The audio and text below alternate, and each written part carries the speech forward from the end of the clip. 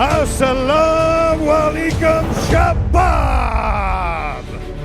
I want you to be loud. I want you to be proud. It's time to be brave. Are you ready?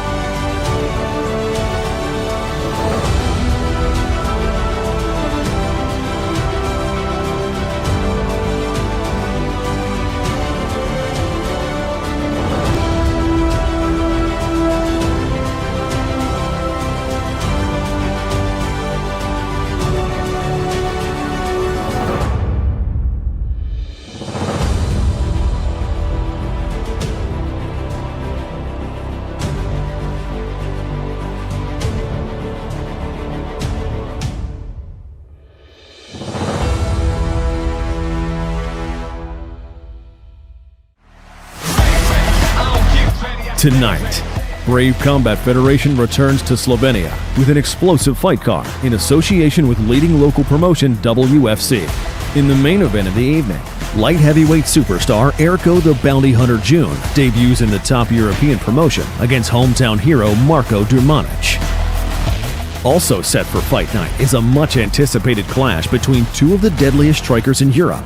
Germany's Joilton Lutterbach takes on Swedish phenom Andreas Gustafsson in a super welterweight bout of epic proportions. Tune in to witness the best action in mixed martial arts, with athletes from all around the world facing off in beautiful Ljubljana in an unforgettable night of fights. bravecf 70 in association with WFC, live from Ljubljana, Slovenia.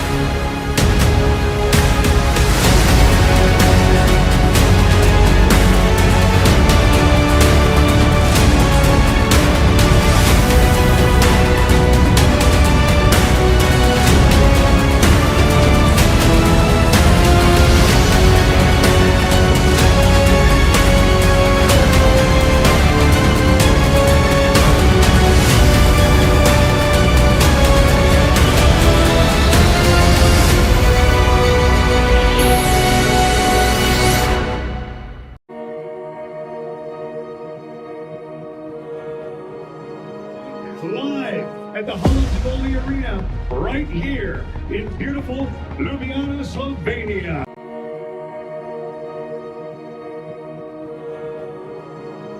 Live at the Holland Arena, right here in beautiful Ljubljana, Slovenia. Doban!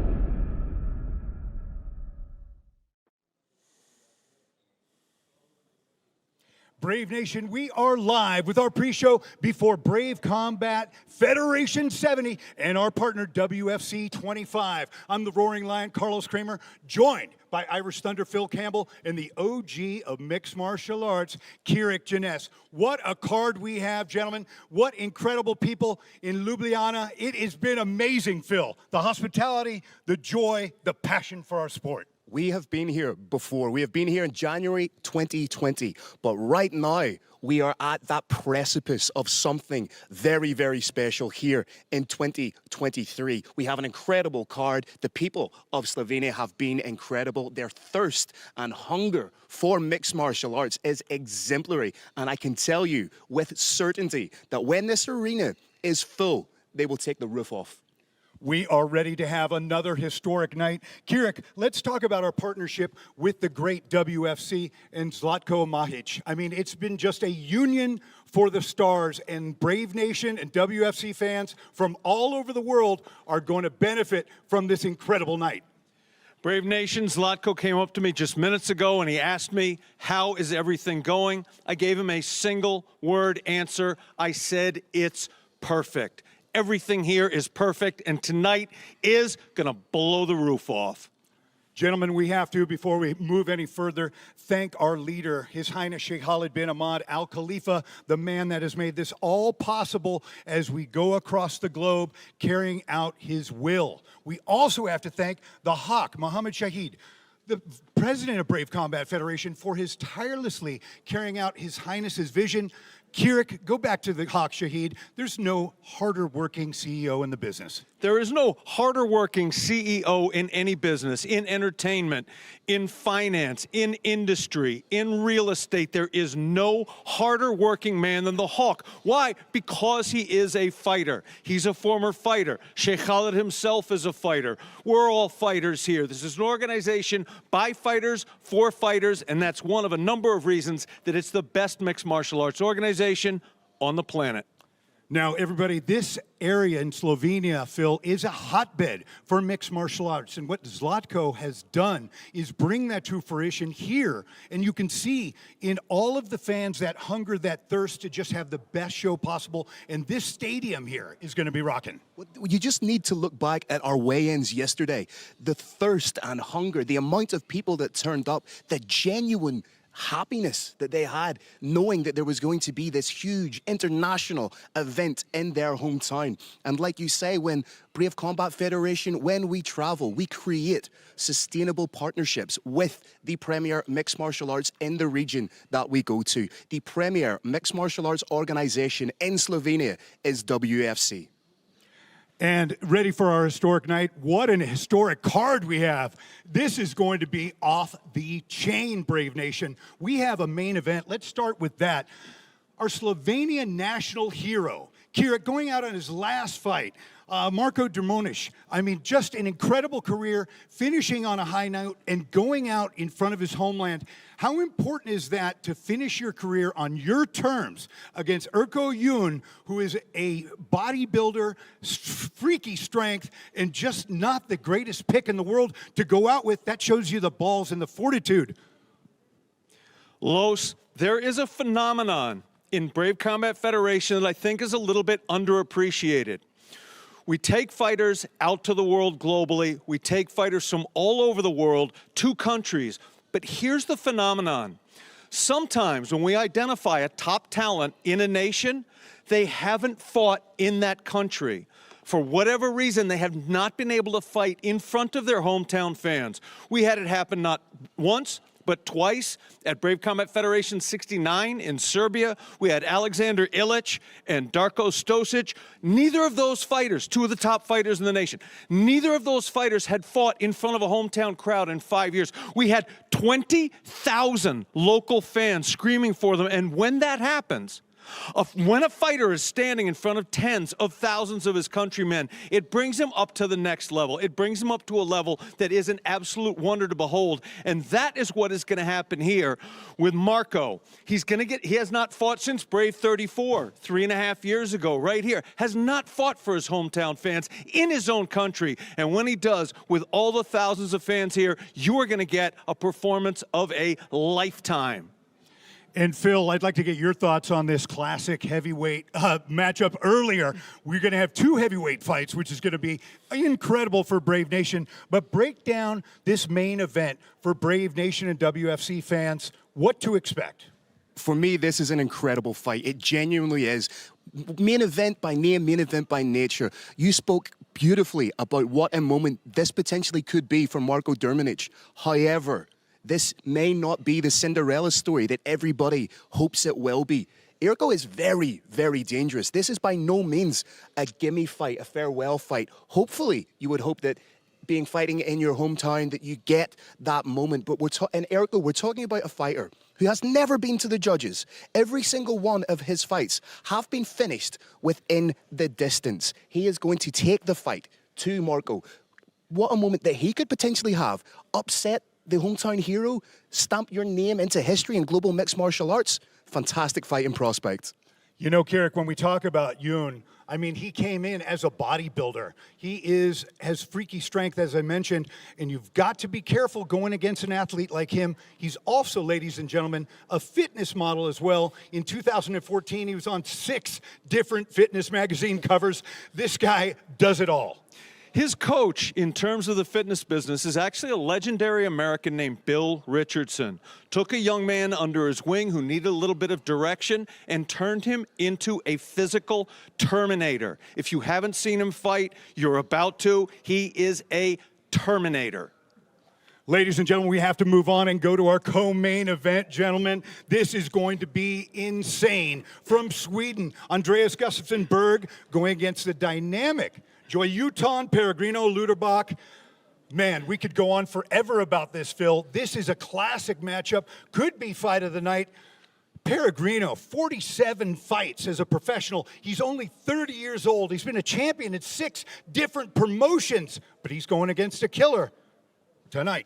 Undoubtedly, Gustafson is, for me, stylistically, the most dangerous matchup for Joilton. Joilton, incredible striking. But in Gustafson, we are talking about a 2018 IMAF silver medalist. We are talking about a 2-time Swedish national wrestler. Does he have the kryptonite for Joilton? Joilton, 27 finishes in 37 wins. He is the quintessential striker. However, that is not his entire game. He has a black belt in judo, a black belt in Brazilian jiu-jitsu, a black belt in luta livre. This, for me, is just one of the most interesting stylistic clashes that you can make in modern mixed martial arts. Now, Carrick, Lutterbach, for older gentlemen like me and you, I mean, this really is the evolution of mixed martial arts. He's only 30 years old, 6 different promotions championships, one of the most well-rounded fighters you will ever see, and he's eyeing champions Eldar Eldarov and Marcin Bandel after he says he wins that fight. Brave Nation, if you are not familiar with all the particulars about this fight, in Lutterbach, we've got a fight moving up. In Berg, we've got a fighter moving down. Weight may be the difference in here, and I say may because it's going to hinge on how much striking there is and how much wrestling there is. In wrestling, size matters. In striking, if you've got supremely good defense and you don't get hit, sometimes being the lighter fighter is actually an advantage. It allows you to move around the ring better. Your reflexes are better. Your setups are a little bit quicker. But we don't have a massive cage here. It's not a small cage, but it's not a massive cage. This is a cage where wrestling could play a very, very significant role. We also on the card have so many other up-and-coming superstars. Mohammad Farhad of India, we have to mention his name. He's going against Vitaly Yakimenko. On short notice, Vitaly took this fight. Phil, break it down. And India is watching as Farhad is India's biggest MMA star. Without a shadow of a doubt, Mohammad Farhad is the #1 fighter in India. Unfortunately, he was preparing for Ruel Peñales, who unfortunately had to drop out of the fight. But what an opportunity for Yakimenko. He's coming in with no pressure on him. Farhad is expected to perform, but he has upped his game. He has, for me, moved up to that next level. Spent a lot of his camp in Dagestan training with absolute killers, training at KHK Dagestan, training at the Nurmagomedov MMA school. This has the potential to really elevate him up into that upper echelon global fighter, but world class. And you couldn't have a better guy, a more humble guy as well. He's joined in his quarter by Master Ganzar, who this man, a little side note for Brave Nation, he taught our president, the Hawk, Shahid, when the Hawk was 11 years old. He had his 2 older brothers that he said were just absolute killers as well. Master Ganzar has been there through the entire time, and if you have that man in your corner, you are looking good, Kirik. Speaking of been there the whole time, Farhad was there at Brave Combat Federation 1. The first stoppage in Brave Combat Federation ever was Mohammad Farhad. Here we are at 70. He's getting better and better and better every single fight we see him. What he wants right now, the only thing he wants right now on the face of the planet Earth is to become Brave Combat Federation champion of the world. And you can't get better training than his camp, what he went through with absolute destroyers in Dagestan. It really showed that he is so humble and open to learn and correct some of the things in his repertoire, in his curriculum that he hasn't done before. That's always been a little bit of a question, his ground game, but I love, Phil, how he's attacking that and going against the best in the world to learn. Great point, Carlos. What this illustrates to me is the humility of Mohammad Farhad. He was the big fish in a relatively small pond. He was the best in India. He could have been happy to sit there, headline a few national cards, fight guys that may perhaps not have been on his level.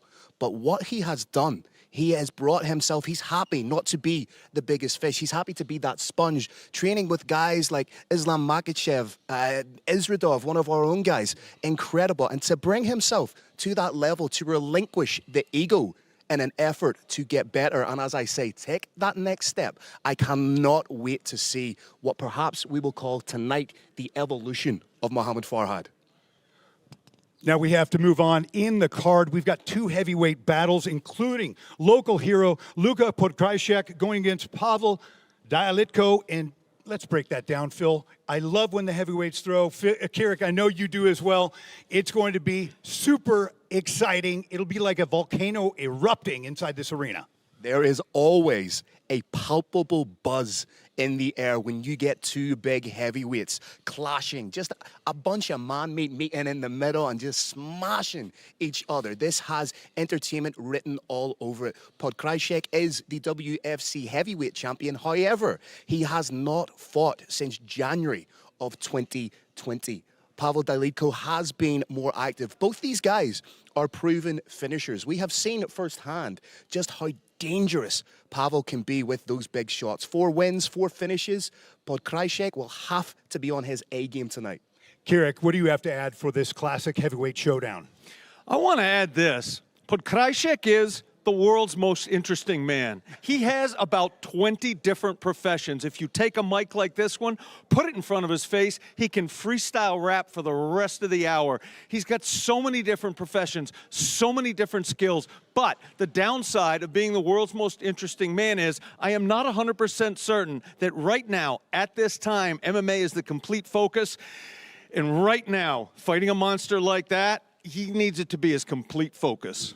We also have to touch on this fight because it's going to be absolute bedlam as well. We have Colombia's Eduardo Mora going against the Palestinian samurai, Izzedine Al-Derani. That is going to be amazing, Phil. I cannot wait for this fight. Eduardo Mora is the personification of Corazon. He has so much heart. His last fight, he went to unanimous decision with Hamza Koueji and gave it absolutely everything. Yes, he may have lost the fight, but it was unquestionably a moral victory and proved to the global audience that he deserves to be where he is. But in Izzedine Al-Derani, he is taking on a wild man of mixed martial arts. This guy is the right amount of crazy, just the right amount of crazy. The mix between the fine line between crazy and genius is sometimes a little bit blurred with Al-Derani, but he is an incredible striker. 30-1 in combined kickboxing and Muay Thai. 13 wins as a professional in mixed martial arts. This is a real collision of two great talents, and again, perhaps the sleeper fight on the card. And Kirik, don't forget, Al-Derani just fought Jose Shorty Torres in a magnificent fight, and he is looking to regain that winning streak right now. Both these fighters are coming off of losses. Both these fighters need to bounce back. But in the case of El Burro, Eduardo Mora, he's got one more drive behind him. We have coming up Brave International Combat Week, the South American version. And of course, he wants to get on that card. It's going to be tough coming off another loss to put him on there. I know he wants with all of his heart to get on there. And this is a man, they talk about it's not the size of the dog, it's the size of the heart in the dog. El Burro has a heart inside of him that wouldn't fit in all three of us put together. And I think he's going to use that drive. I think he's going to take it. So great to see the pride of Colombia out here again. This man just does not quit. He's got that Colombian heart. It's going to be a great fight for all to see. This card is amazing, Brave Nation. We've partnered with the great WFC for Brave CF 70, WFC 25, where tonight we are making history. Don't go anywhere, ladies and gentlemen. I'm about to roar. They're going to go and commentate for Brave Nation and WFC, and we'll see you tonight.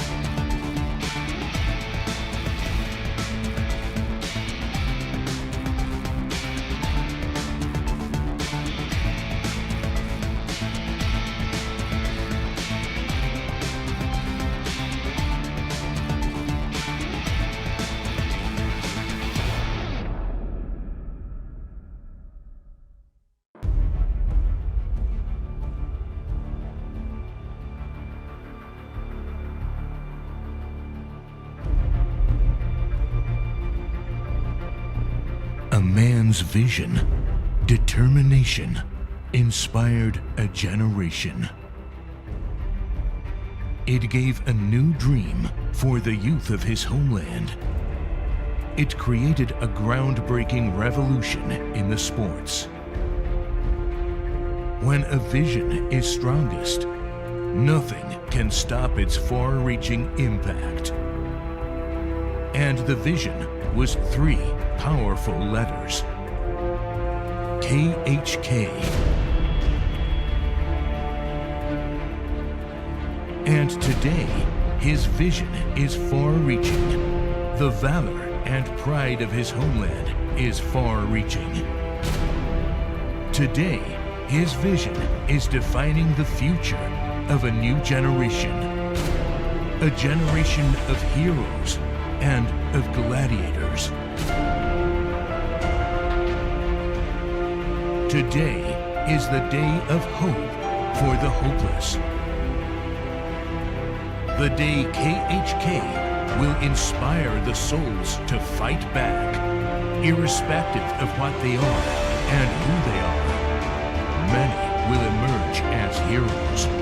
This will be a new era of true heroes and gladiators. When he stood in the front and led them, they called him the Prince of Gladiators and Heroes.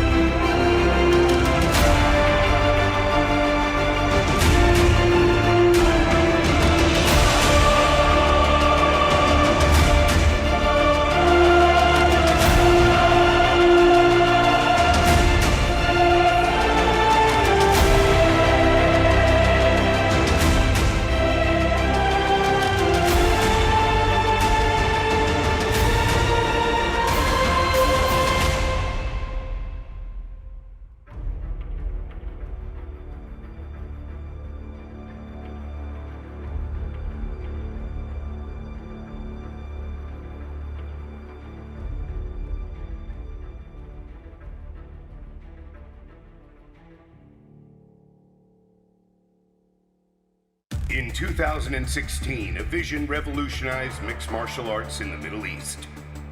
It all started with the evolution of MMA in a small island in the Middle East. The magnificent Kingdom of Bahrain, a land of ancient glory and bravery, thriving under great leaders and visionaries. The country is now home to the largest MMA promotion in the region, Brave Combat Federation. And the kingdom became the first ever country outside of the United States that featured the IMF World Championships. His Highness Sheikh Khalid bin Hamad Al Khalifa and his true warrior spirit envisioned the growth of MMA in the region. He believed in the glory of the sport of mixed martial arts and facilitated the best MMA facility in the land. Along with brave President the Hawk, Mohammed Shahid, in the shortest span of time we grew stronger. We grew bigger. This is the story of the fastest growing MMA promotion in the world. This is the story of Brave Combat Federation.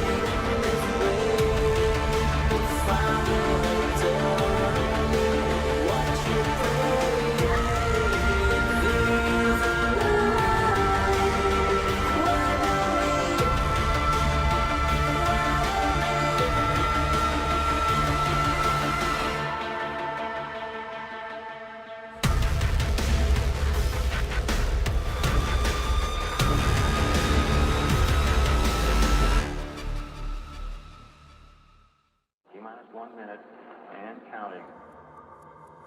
Countdown.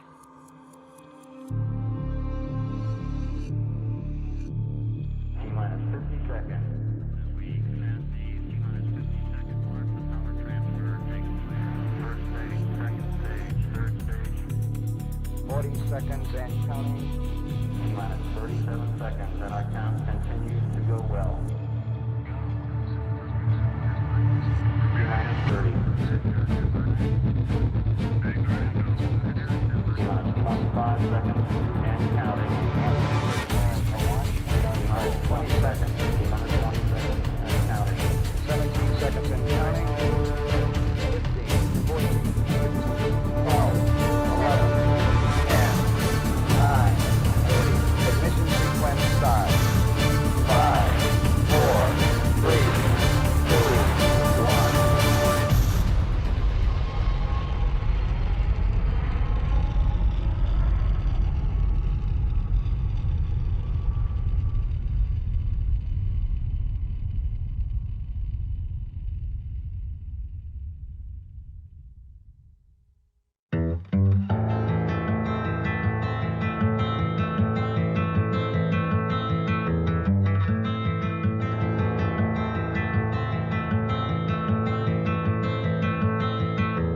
Oh, your soul is on fire. Oh, your soul is on fire. Pray as you weep, the Lord he shall keep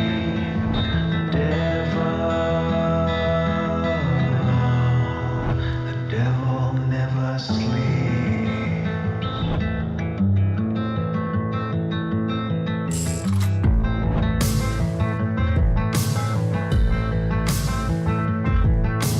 Oh, your heart is on fire. Oh, your heart is on fire. Oh, as you breathe, the Lord shall receive the devil never sleeps.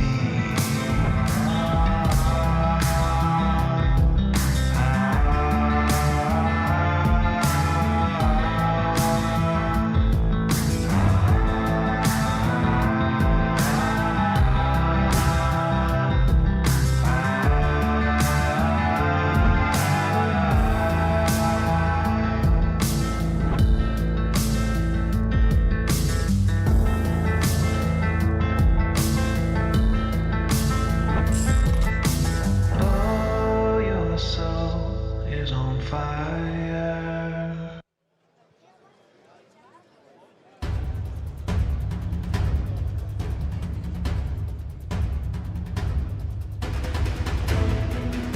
Ladies and gentlemen of Brave Nation, the bravecf! We are live from beautiful Ljubljana, Slovenia. We're amazed and humbled by your support, and tonight we give back.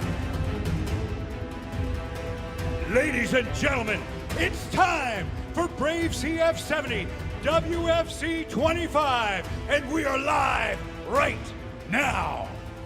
Before we begin, I'd like to thank our leader, His Highness Sheikh Khalid bin Hamad Al Khalifa. Through his vision, we've been able to go around the globe, changing the landscape of mixed martial arts worldwide and bringing the world together through the magic of sports. Also, a huge thank you to all the efforts made by bravecf President Mohammed the Haq Shahid, the man that tirelessly carries out His Highness's vision around the world.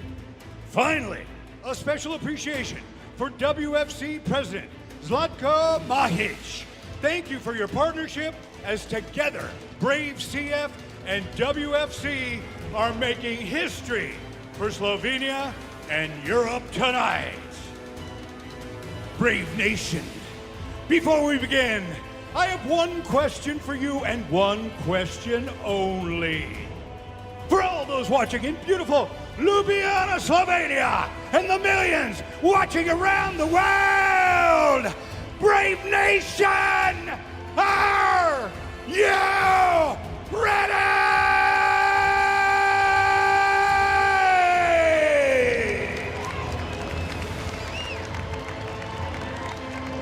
Finally, a huge thank you to our sponsors, MMA On, Smart Water, VBO, Petrol, Naman Mui, Polio Sport, Admiral Casinos, and Troya and Valina. Thank you for all your support in making this magnificent event a reality. The cage is set, the fighters are ready. Can you feel the thunder? It's time to be brave. Tonight, Brave Combat Federation returns to Slovenia with an explosive fight card in association with leading local promotion WFC. In the main event of the evening, light heavyweight superstar Erko the Bounty Hunter Jun debuts in the top European promotion against hometown hero Marko Drmonjic. Also set for fight night is a much-anticipated clash between two of the deadliest strikers in Europe. Germany's Joilton Lutterbach takes on Swedish phenom Andreas Gustafsson in a super welterweight bout of epic proportions. Tune in to witness the best action in mixed martial arts, with athletes from all around the world facing off in beautiful Ljubljana in an unforgettable night of fights. Brave CF70 in association with WFC, live from Ljubljana, Slovenia.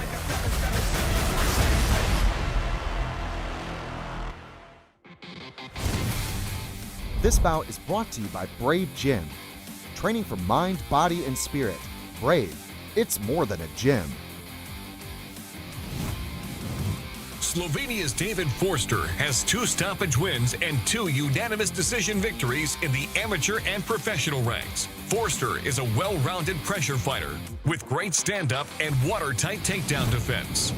Serbia's Nemanja Nikolic is unbeaten in 9 fights, with his last 8 bouts ending via stoppage. The 22-year-old makes his Brave CF debut with lots of promise as he looks to make a statement in the glamorous Brave CF lightweight division. Coming up next, David Forster takes on Nemanja Nikolic in a lightweight bout.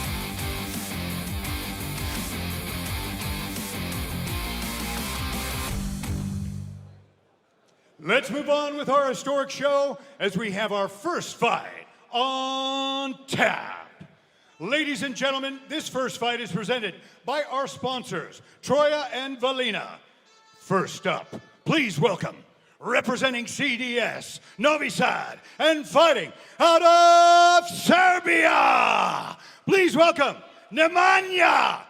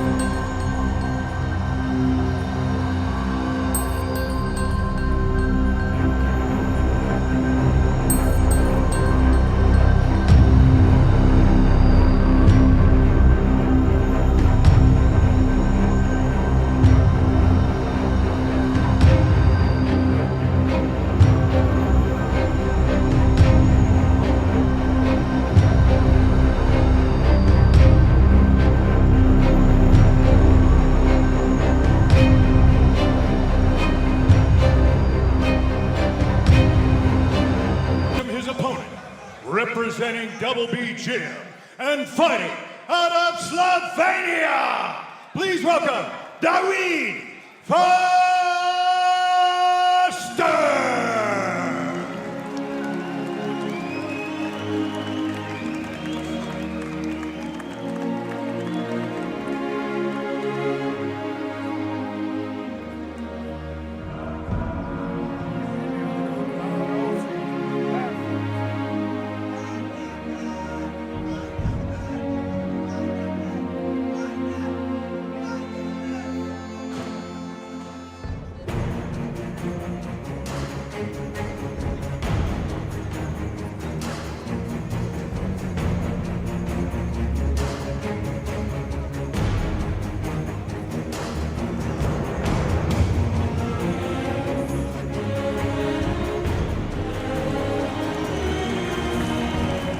First representative tonight of this incredible fighting nation of Slovenia, David Forster, representing Double B Gym, 26 years old, 2-0 as a pro, 12-2 as an amateur.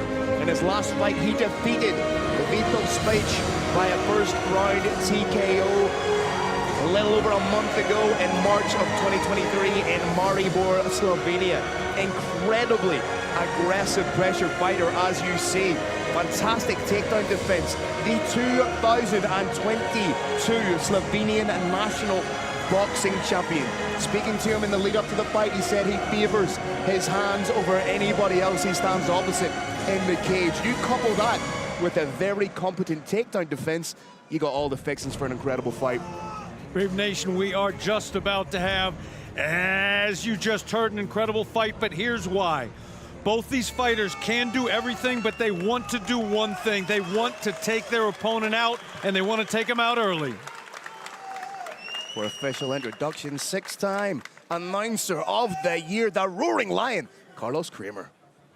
Here we go, Brave Nation! This bout is 3 5-minute rounds in the lightweight division. Introducing your first warrior. Fighting out of the blue corner, this man's a mixed martial artist with a perfect professional record of 1 win and no losses. He stands 176 centimeters tall and weighs a ready 70.8 kilograms. Representing CDS Novi Sad and fighting out of Serbia, please welcome Nemanja Nikolic!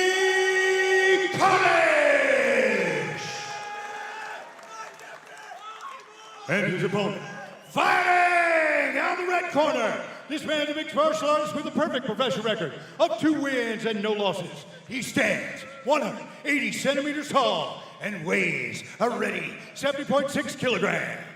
Representing Double B Gym and fighting out of Slovenia!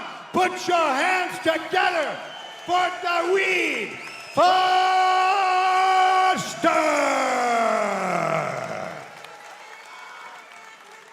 Your referee is Emiliano Carosi. Big thanks to our sponsor, Troya and Valena.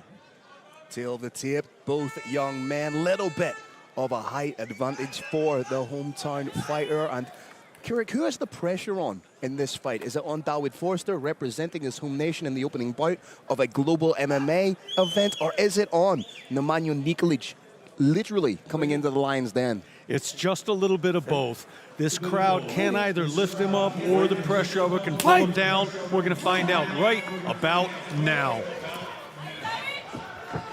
Forster taking the center, big shot to the body, showing off the boxing. Unusual to see the body being gone after with the hands this early. Nikolic does have a wonderful lead leg body kick, throws it with very little tail, so Forster are going to have to be wise to that. Forster going to town on the body here. Very, very unusual for mixed martial arts. Boxing, of course, not so much.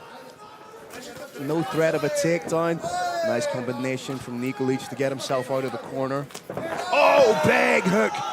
Forster completely unfazed. That's twice. Forster's eating big shots there. Got to see Forster moving that head a little bit more. They're going to connect harder and harder and harder. Can't walk that head straight forward. Nikolic very light on the feet. And he's catching Forster with some shots here. He's able to slip the shot and come back with his own. Fundamental boxing, but fundamentals win fights, Carrick. Forster's got a plan. He's going to move forward, go to the body, and then use that to set up a headshot. But he's eating leather right now.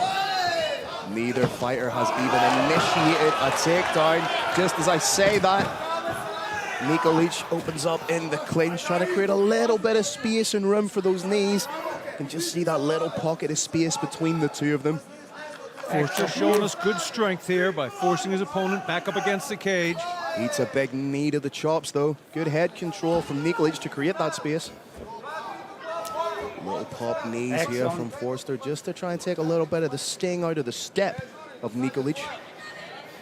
Good wrist control, pressure up against the cage. Has one underhook, may try and parlay that into two and try and work for a takedown from there. My memory, Phil, of officials in Slovenia is very clear. That's it. They want to see action. I was just about to say I didn't think there was quite enough on that fence. If you're not going to make, they call for the break. Big shots here. Nikolic seems to be getting looser as the fight goes on, Carrick. Forster may want to rethink this game plan. I'd like to see a little bit more in and out movement, a little bit more movement of the head. Nikolic is fighting well on the back foot. He's landing big shots, but as we know, a lot of the time, fighting on the back foot can be more draining than being the guy who's pushing the action. Forster looking for a little change of pace now. Wants to take his opponent down. Not close to that yet. He needs to be wary of a potential guillotine here or a ninja choke. Straighten that back up a little bit. Does so. A little bit of reddening up over the left eye of Forster. He's had some shots. There's that no-tell head kick again. Might have been a little clash of heads there, but Nikolic is very good at finding the space when he's in the clinch to fire off his shots. Forster is getting off the greater number of shots, and I believe as well they're landing with greater Nikolic is cut. intensity. It's over the eye as well, I believe. That could be problematic as the fight progresses. It'll be interesting to see how our cut team deal with that in the break between rounds, Carrick. Brave Nation, the presence of blood alone doesn't mean very much at all. There's areas where over the eye or under the eye where a cut can bleed a lot and not be at all damaging, but a very small cut in certain areas have the potential to cause lifelong nerve damage. We're going to find out fairly soon what's going on here in that regard. I'm not quite sure if it's above the eye or perhaps the nose. Doesn't seem to be too much of an impediment with 1 minute left in the first round of our opening bout here. Lightweight action. David Forster taking on the Nemanja Nikolic.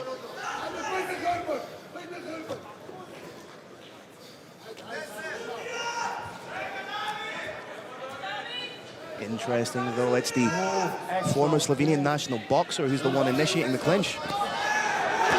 Landed a nice shot to finish. 30 seconds to go. Nikolic wearing a little bit of red mask there.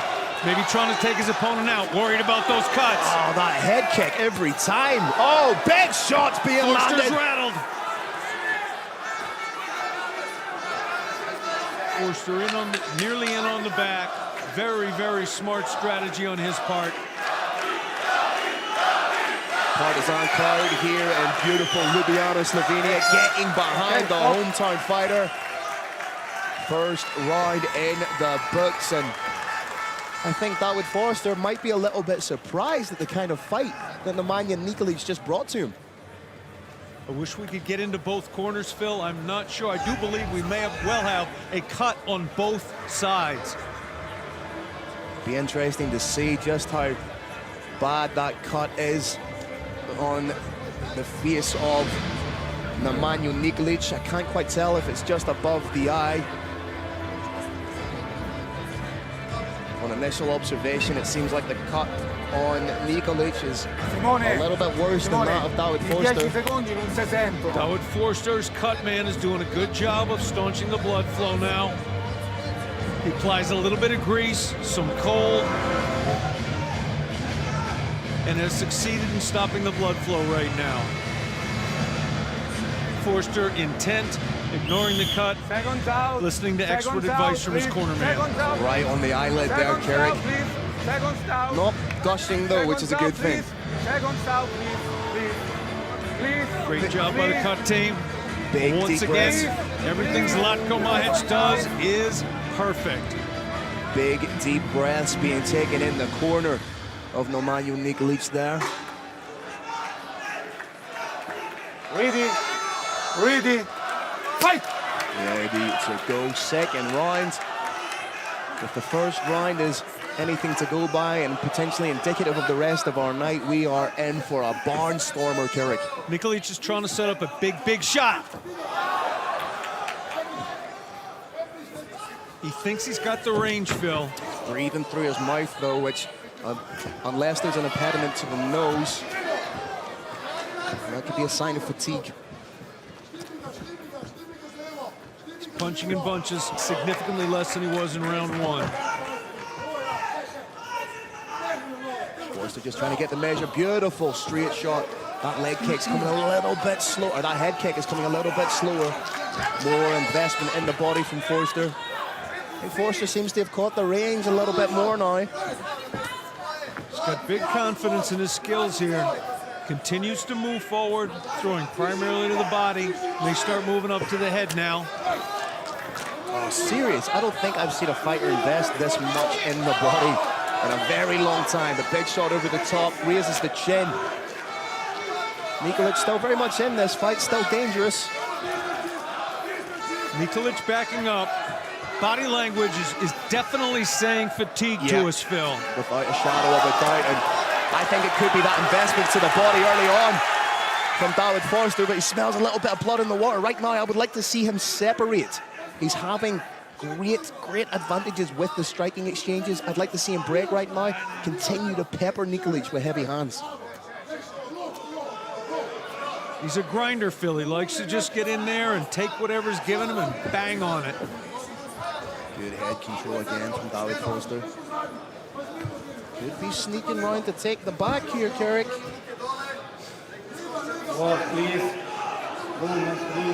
Once again, the officials here want to see action.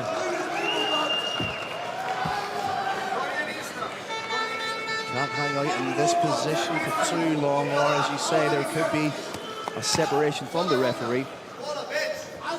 Coming up to the midway point of the second round in our opening bout tonight. There's the takedown. But uses the Mora trap beautifully. And a potential key lock in place, possibly a choke as well. Nikolic's sole victory in MMA, professional MMA, does come by second round rear naked choke. So if histrionics or anything to go by, dangerous position, but Forster up, eats a big knee to the head. Crowd very appreciative. Like to see their man come up and off the floor. Now I'm very confident they want to see him separate, go back to killing the body in order to make the head die. Forster just trying to take the sting out of any momentum that Nikolic is carrying right there. There's the separation. This is when he needs to put the pressure on with the hands. He's working the body. I'd like to see him go to the head. A couple of times to the body, opens up the head. Every time Forster hits the body, he's depleting the energy reserves. Moodley's coming out a little bit wild. Takes a step back and a big deep breath.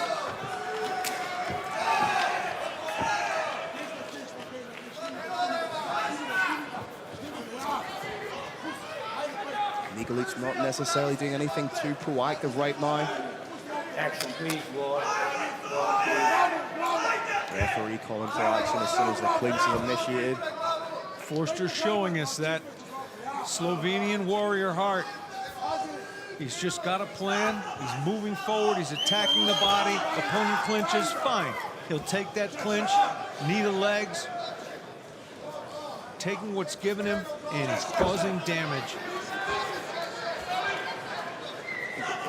Conditioning is anything to go by. Forster seems to be the better conditioned athlete. And even, of course, Phil, if your conditioning is supreme, you get hit in the body like we've seen straight in front of us. That conditioning can go out the window. Headshot can do it too. Interesting break there when Nikolic did have the Kimura trap. I feel like the longer this fight goes on, there's a serious momentum shift in favor of Forster. Stiff jab. Nikolic's feet are just a little bit slower than they were in round 1. He's finding himself in the end of his opponent's long jab. Once that jab lands a few times, the right is going to follow it. A round like that is bound to pay dividends with regards to the confidence of David Forster. Going to look back at some of the action here. There's head kick attempt, but eating some big shots. This was beautiful. The Kimura trap reversal. Used it to sweep. Any question in your mind, Phil, that going into the third, this now stands at 1 round apiece? I think that's a fair summation to make. Brave Nation, watch this third and final round carefully. In all likelihood, whoever wins this round wins this fight and the very first fight on the card. You do get the feeling that David Forster is starting to pull away just a little bit. And Kieran, if you're Nikolic and you're feeling that lactic acid build up, if you're starting to move a little bit slower, what's your approach going into the third and final round? It's the one that I think we're going to see. I think he's going to bide his time a little bit, cover his head a little bit, back up a little bit, take a couple of shots, and then try and end it with a single punch, likely an overhand right. Head of Regulatory Affairs for Brave Combat Federation, Mr. Declan Larkin, making sure everything is above board. Ready, fight! Third and final round.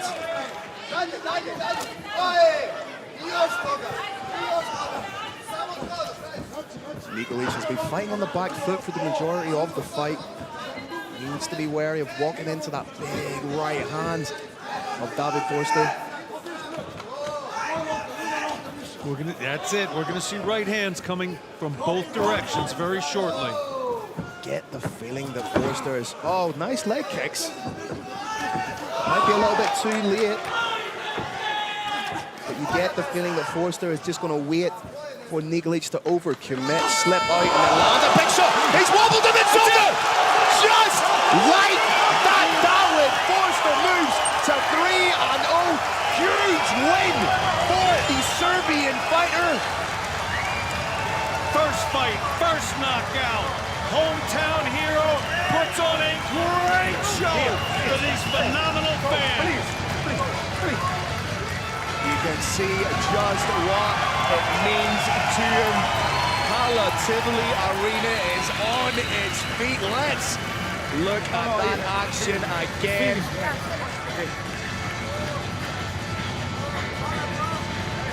Forces Nikolic to shell up, and from that moment, it is all over. David Forster showing good sportsmanship that characterizes this sport. Crowd now going wild. Phil, he told us he was going to end it with punches. He ended it with a bunch of punches. So slick with regards to the hands. And at only 26 years old, there's still so many developments and evolutionary steps to be made by Forster. Moves to 3-0, second win by KO or TKO in the short career of David Forster. He's only been a pro since December of last year, and now he is racking up the fights. Not only that, but he's doing it in style.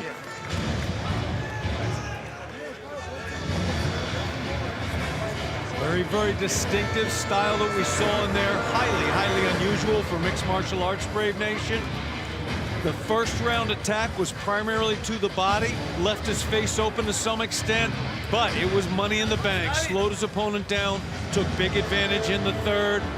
Speaking of big, we've got the big man, Carlos Kramer, in the Brave Combat Federation cage, about to make it official. Please.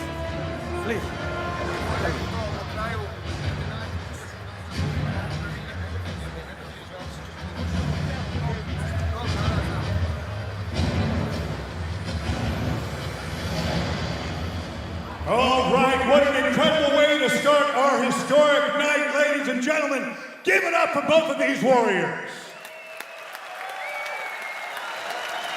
This third bout comes to an end at 41 seconds of the third round. Your winner by TKO due to strikes from Slovenia, David Forster!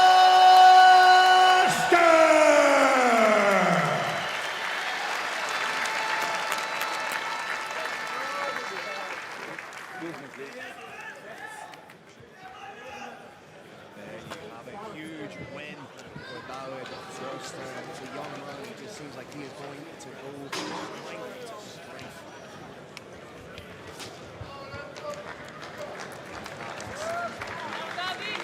Really, the difference maker was the boxing of David Forster. Was the boxing, specifically, I think those body shots. Some of those were coming straight in. You could audibly hear the air being pushed out of the lungs, and it just wasn't being drawn back into the lungs quickly enough.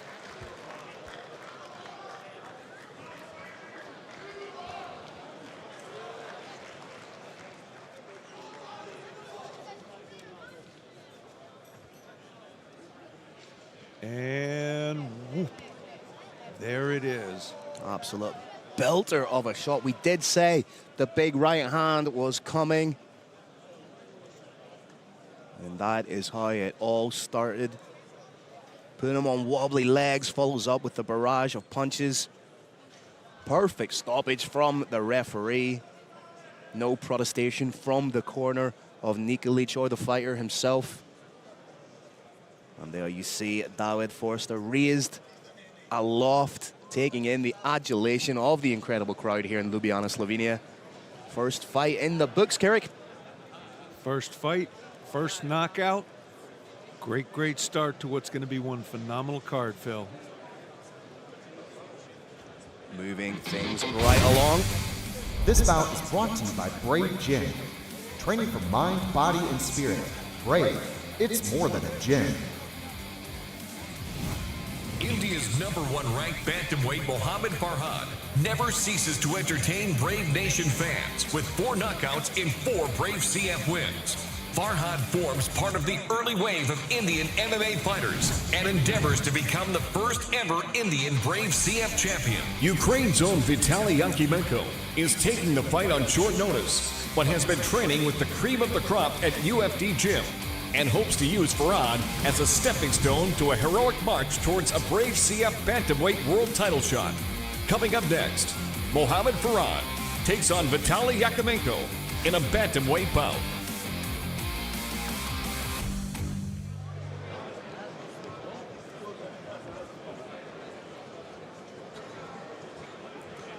All right, Brave Nation, a major thank you to Admiral Casinos as our sponsor tonight for historic Brave CF 70 WFC 25. Let's meet our next warriors. Please welcome, out of the blue corner, representing Fight Palace and fighting out of Ukraine, please welcome Vitaly Yakimenko.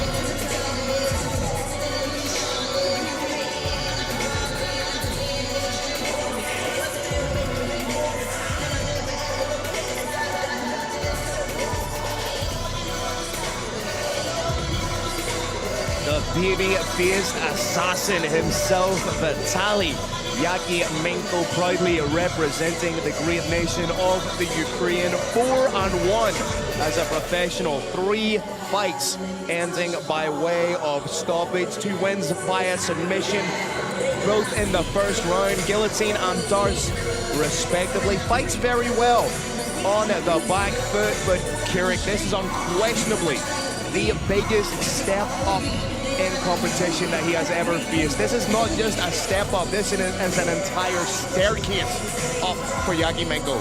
Yeah, this is an elevator up, and adding to the challenges, it was a fight taken on fairly short notice.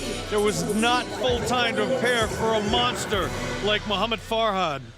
Mohamed Farhad was, of course, scheduled to face Raul Pañales in a rematch. Pañales, unfortunately, unable to make the fight, so fortune unquestionably favors the brave.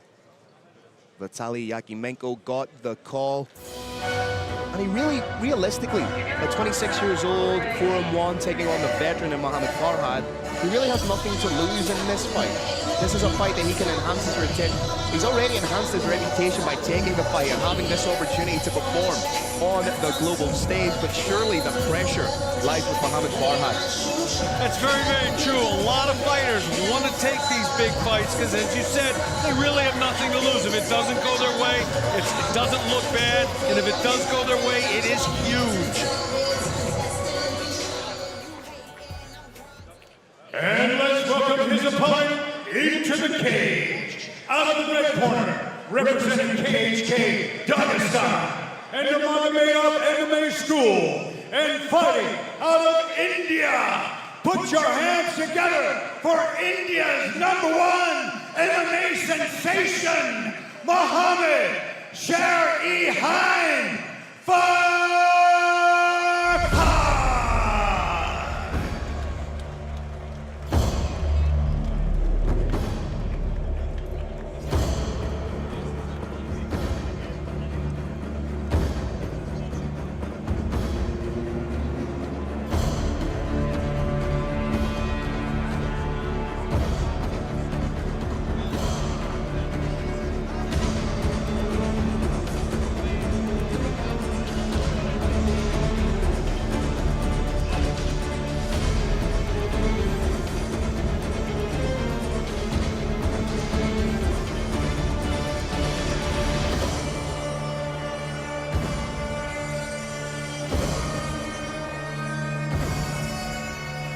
Ladies and gentlemen, a man who needs no introduction to a brave nation, but we are going to do him justice anyway. Mohamed Farhad, one of the founding pillars, one of the longest 10-yeared fighters in Brave Combat Federation, has been with the organization since Brave 1. He has seen the exponential growth of Brave Combat Federation. He is part of the history. 12 wins as a professional, 11 of those wins coming by way of KO or TKO inside the distance. A devastating Muay Thai stylist. It'll be interesting to see what type of approach he adopts here, Kerry, given that he was preparing for Pañales and now gets the relatively unknown quantity in Yakimenko. I think Philly's going to try and run straight through him like a freight train. To that brilliant striking set that he's got, he has now added not just wrestling, but Dagestani wrestling. Dagestani wrestling really is the finest in the world right now. Spent the a lot of world's time. going to catch up, but they haven't yet. Spent a lot of time at this camp between KHK Dagestan and Nurmagomedov MMA School. If you hear the name Nurmagomedov mentioned in any reference to MMA, that somebody has been there, they can't help but get better. I cannot wait to see the developments in the game of Mohamed Farhad. In factor #1 million, that makes me can't respect him more. He did his last training camp all the way through Ramadan. Brave Nation, this next battle is 3 5-minute rounds in the bantamweight division. Introducing your first warrior. Fighting out of the blue corner, this man is a mixed martial artist with a professional record of 4 wins and 1 loss. He stands 165 centimeters tall and weighs a ready 61.7 kilograms. Representing Fight Palace and fighting out of Ukraine, please welcome Vitaly Yakimenko.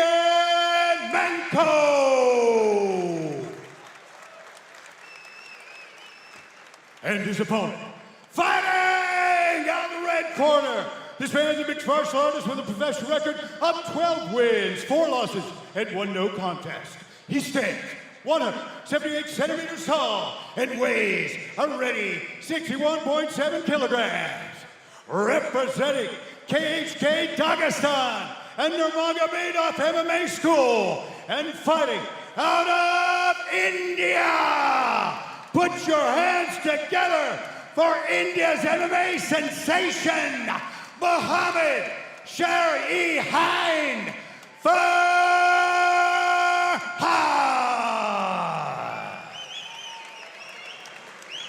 Your referee is Ilio Ortiz. Thanks to our sponsor, Admiral Casinos. Tail of the tape, you can see the elder veteran fighter Mohammed Farhad does have a distinct height advantage. It'll be interesting to see if he utilizes that right from the get-go and finds his range. 7 first round TKOs already on the ledger of Farhad. Known, renowned for getting it done in one. See if he will continue that trend against Yakimenko here tonight. Farhad holding center ring, stalking very, very subtly, trying to get reads on his opponent, just putting that hand out there.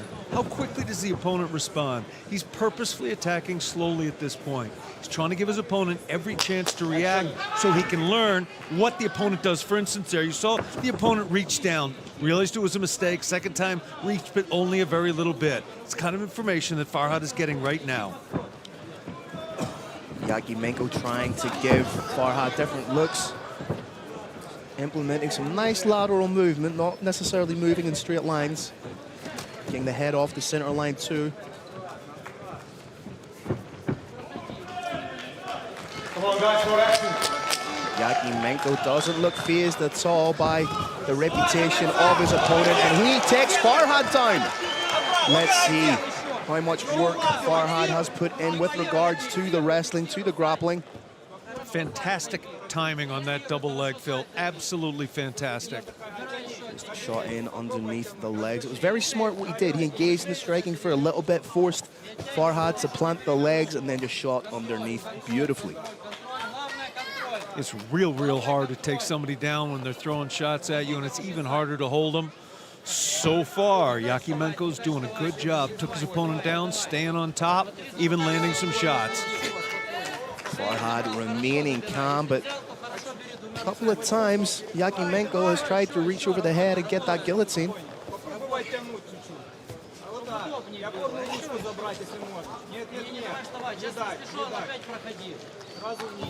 Farhad is up, has the underhook. Yakimenko's got a tight overhook. Flows from there, and a couple of headshots. Farhad starting to get fired up.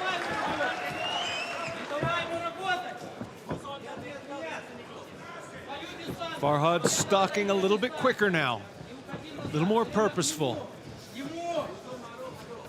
We're going to start seeing some of the bigger shots that he's famous for. Oh, huge leg kick from Farhad.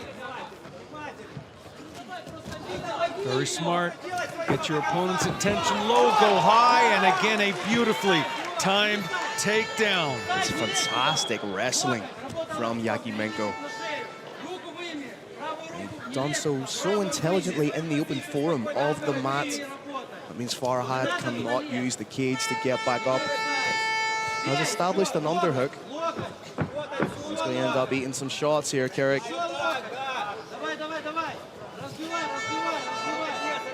Farhad managing to protect himself against those elbows so far, but this is not where he wants to be. In grappling, of course, bottom half guard, single most productive position in that sport, but this is not grappling. There are elbows raining down in your face. This is a half mount. Implementation of what has commonly become known as the anchor position in mixed martial arts. The guard is there to be passed, should he choose to.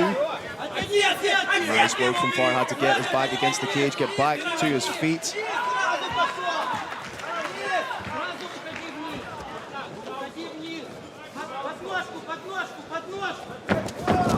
Lateral drop, but doesn't quite get it. Trying to get in on the single. Ordinarily, Phil, going for the takedown is typically tougher than defending against it. Yeah. But right here, I'm seeing a lot of work having to be done by Farhad. Another solid single leg from Yakimenko, and I think he's probably surprised Farhad with the type of approach he has adopted here, and maybe surprised a lot of people in the international global mixed martial arts community. Doing a great job of staying on top, riding his opponent. Hasn't managed to inflict the punishment that we saw him able to do the last time. Showing good wrestling again. Sweet little turnover. Farhad now appears to have some form of a full guard. Trying to launch some elbows of his own. He is eating big shots here. And you can hear these shots crashing off the head of Farhad. Brave Nation, power in strikes ordinarily comes from the hips. When you're standing, you can fully commit your hips. When you're on the ground, you can't. The purpose of those elbows is more to cause a cut, and I do believe they are being successful in that regard. Round one ends. Any question whatsoever in your mind, Phil, about who won that round? No, it has to, on the balance of play, go to Yakimenko. Farhad, I think, has been very much surprised by the quality of his young opponent here. Multiple takedowns, landing big shots, has opened up a cut on his opponent. I've been surprised and delighted, Phil. That round, no question, 10-9 with Tali Yakimenko. There's those elbows. When you're in the corner of Vitaly Yakimenko, you're just saying to him, more of the same, play your game. Exhibiting a level of calm and composure that you usually do not see from somebody making their debut on the only truly global mixed martial arts promotion, Brave Combat Federation. Brave Nation, it is not possible to simultaneously strike and defend a double leg takedown. What Farhad needs to do is circle a little bit more, pop in and out a little bit more, be a little less obvious about when he's going to let that right hand or even a long jab go. If he's not careful, he's going to get taken down again. Fight!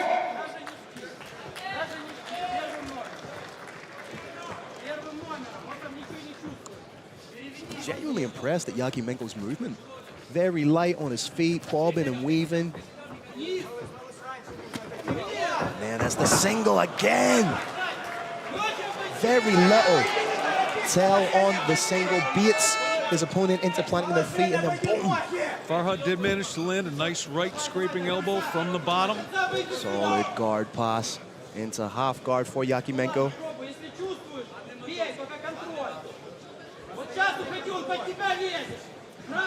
Brave Nation, you're going to see Yakimenko pushing on his opponent's face, and when he feels that face pushing back, like right here, he's going to let an elbow go. It's a very subtle technique, takes a little bit of practice to get it down, but this is a man who's got it down cold. Nice frame just to try and bring Farhad flat backed against the cage, but Farhad trying to do everything right technically, turn into your opponent, get the knee shield, reclaim full guard, but Yakimenko just cutting through. Oh, beautiful. Looked like he was going to switch to mount, takes side control, has the back now, back take with hooks. This is such a dangerous position for Farhad. And this Brave Nation truly is the frying pan of mixed martial arts. Oh, head on triangle attempt, lets it go. Still dominant positional work here from Yakimenko.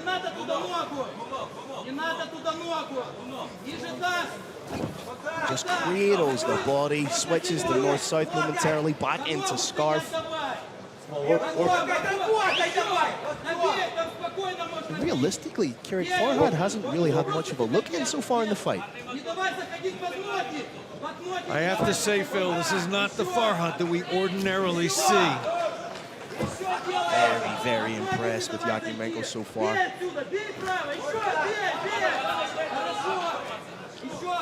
Just constant, methodical work, no wasted energy. always trying to land, always trying to dominate the positions. Yakimenko doing a brilliant job of not using jiu-jitsu-based positioning, but wrestling from top, mixing in punches and elbows from there. Farhad finally has got a closed guard. But this is, of course, a purely defensive posture. There's nothing you can do with those feet crossed. Farhad's got to open those feet and start to work. He's eating shots right down the middle from Yakimenko.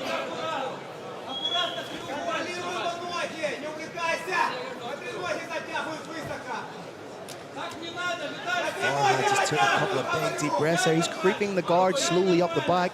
Watch in case he tries to isolate an arm for the triangle. Thinking about, has the wrist control, may try and push that down between his own legs. Just as I say that, Yakimenko progresses.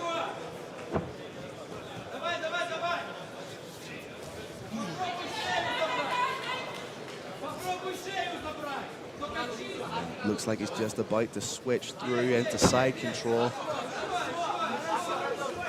Darce, maybe a Darce coming here. Is he underneath the neck?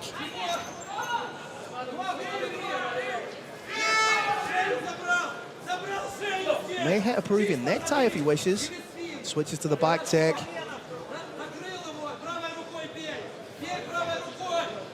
That cut right above the eye of one hook. So that cut could prove problematic.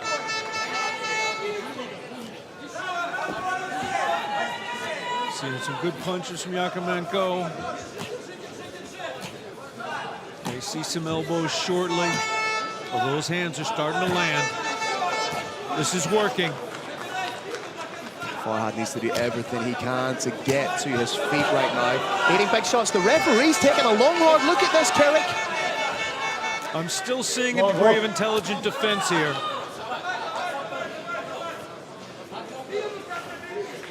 Trying to dig Two-lock in. attempt. Trying to dig in for that Kimura grip. May use Very it. nicely defended. May use it to sweep, but he's slowly trying to get that round. Nice work to pummel in from Yakimenko.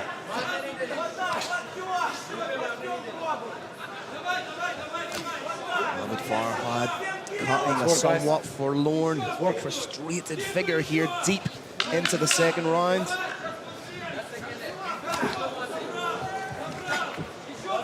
More big shots right down the middle. Very emphatic end to a very emphatic round. That was, Phil, at the least, another 10-9 for Witali. We're looking back at some of the action here. Beautiful entry into the takedown from Yakimenko. And Carrick, I'm here in my capacity as a commentator, not a judge, but it would be very difficult not to make the compelling argument that Yakimenko is up 2 rounds. Conceivably, Farhad needs to finish Yakimenko should he want to walk out of here with the win. It's not inconceivable, Phil, that at least some of the judges are going to call that an 8-10 round. Wow. That was a almost entirely one-sided bout. So realistically, what does Mohamed Farhad need to do to change the tide, if you will? He needs to either knock his opponent out or tap his opponent out. The issue is his conditioning right now after 2 rounds, I don't believe puts him in a place where he can readily do that. Witali, on the other hand, is eager to get out there for round 3. Farhad needs to knock his opponent out, but if he tries to set down, if he tries to throw a great big hand, he's just going to get taken down. Yeah. Love and respect in the Brave Combat Federation cage.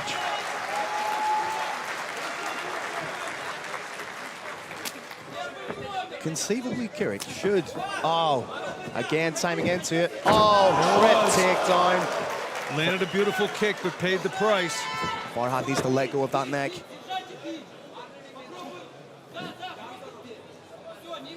Slight sidebar, Carrick, but should Witali Yakimenko win this fight, is it the greatest upset in the history of Brave? It is certainly on that short list. His wrestling is just so dominant, so clean. This young man is catapulting himself to global recognition in front of us. Come on, let's go, guys. Maybe trying to set up a head arm here. Nope. Incredible cardio from Yakimenko. As we discussed earlier, sometimes being the lighter fighter can help. Lighter fighters typically have a little bit better cardio, a little bit quicker on the feet. Every position that Yakimenko has found himself in, he has dominated. Farhad now flat backing. That's usually the international sign for fatigue setting in. Farhad still trying to strike from bottom, but these ones are not fight enders. More action. Referee calling for more action, but Yakimenko is in side control in a very dominant position. Vitali launching a kitchen sink attack here. The hands, the elbows, the knees, the positioning. Look at the sprawl. How heavy and hard is that sprawl in the third round of a taxing MMA bout? Incredible conditioning being exhibited here by Yakimenko. Mohamed Farhad has a half guard of sorts. Trying to make it happen, but everything he has attempted has been shut down by Yakimenko.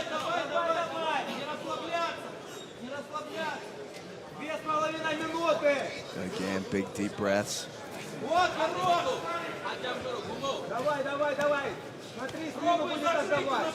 Yakimenko attacking everything that's made available to him.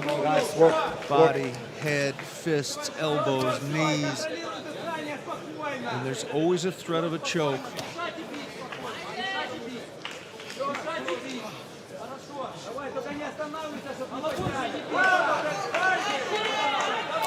Might have been a cheeky little headbutt to the chest there from Yakimenko. Less than 2 minutes remain in this contest, Brave Nation. Actually, a shake of the head there from Farhad. I do not think this is the fight he expected at all. In his defense, Phil, this is not the fight I expected at all. Like I say, potentially huge upset on the cards here tonight. 90 seconds left. It really is do or die for Mohamed Farhad. He is not going to win this fight in the position he's currently in. Needs to get back to his feet. Needs to get to work. Getting a submission on a wrestler of this caliber with the kind of conditioning we see here is very, very unusual. Very, very hard thing to do. Farhad's got to give it all he's got. Armbar attempt. Point of the elbow. Starting to look safer. Point of the elbow safe. Was that the last attack in the arsenal of Mohamed Farhad? Less than a minute left in the third and final round.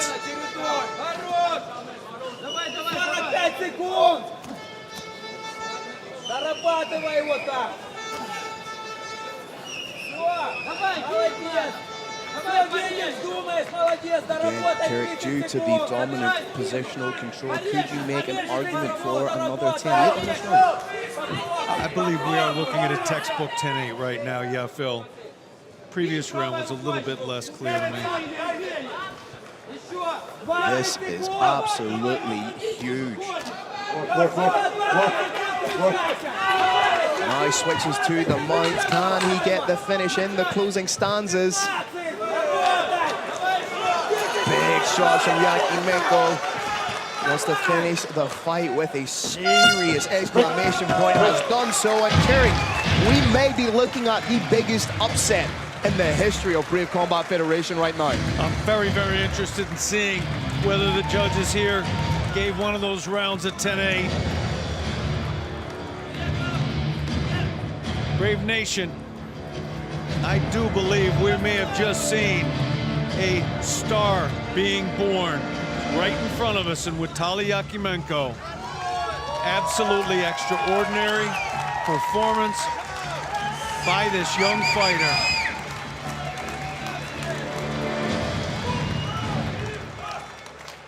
Odds were long, long against him. And I do believe he won every minute of every round in that fight.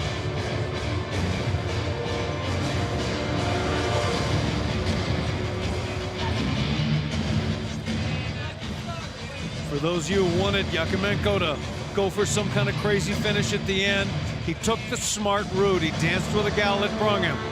His methodical, continuous attacks are what won him, as I said, I believe every minute of every round here. Rather than possibly lose it, he just kept it up. Brilliant performance by the fighter from Fight Palace.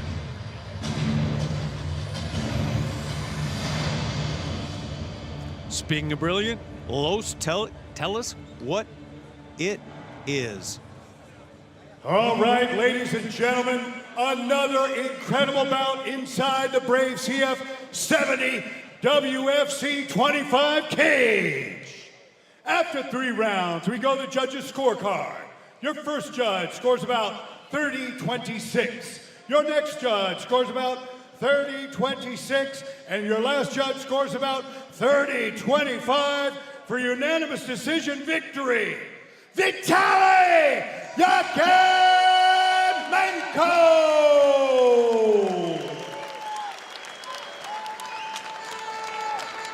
That was, I would say, a perfect score for this fight. Incredible. 30-26 twice, 30-25 once. Incredibly dominant performance. Moves to 5-1 with the biggest win of his young mixed martial arts career. You see some of the action there, just the takedowns. And the dominant wrestling was huge for Yakimenko, and we may have just unearthed another global star tonight.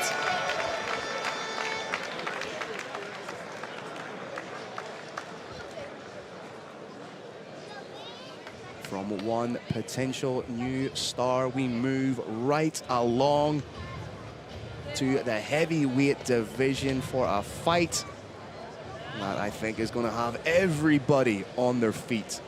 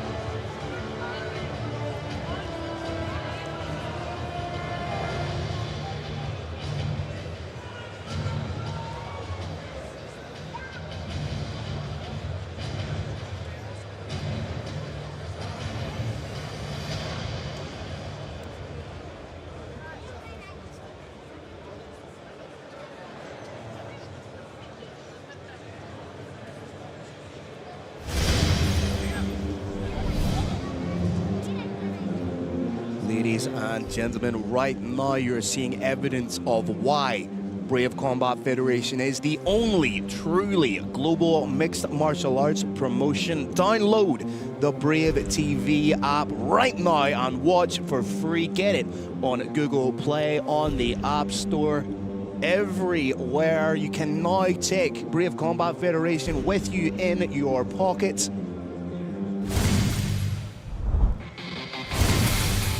This bout is brought to you by Brave Gym. Training for mind, body, and spirit. Brave, it's more than a gym. 23-year-old Miha Flice is an IMMAF amateur system product who earned bronze and silver medals at the 2021 Senior World Cup and the 2022 European Championships, respectively. He is highly ranked across Europe and now looks to build on the promise he showed in the amateur ranks as he makes his professional debut. Brave Combat Federation's debutant Danilo Kartavi was close to becoming an Olympic athlete before injury derailed his plans. Now he has reset his focus to becoming an MMA world champion, and his first step comes next as he makes his debut in the most global organization. Coming up next, Miha Flice takes on Danilo Kartavi in a heavyweight bout. All right, Brave Nation, before we move on, a major shout out to Paleo Sport as our sponsor for tonight's historic Brave CF70 WFC 25. Let's welcome the heavyweights to the cage. First up, please welcome, representing UFD Gym and fighting out of Ukraine, please welcome Danilo Bambula Cavi!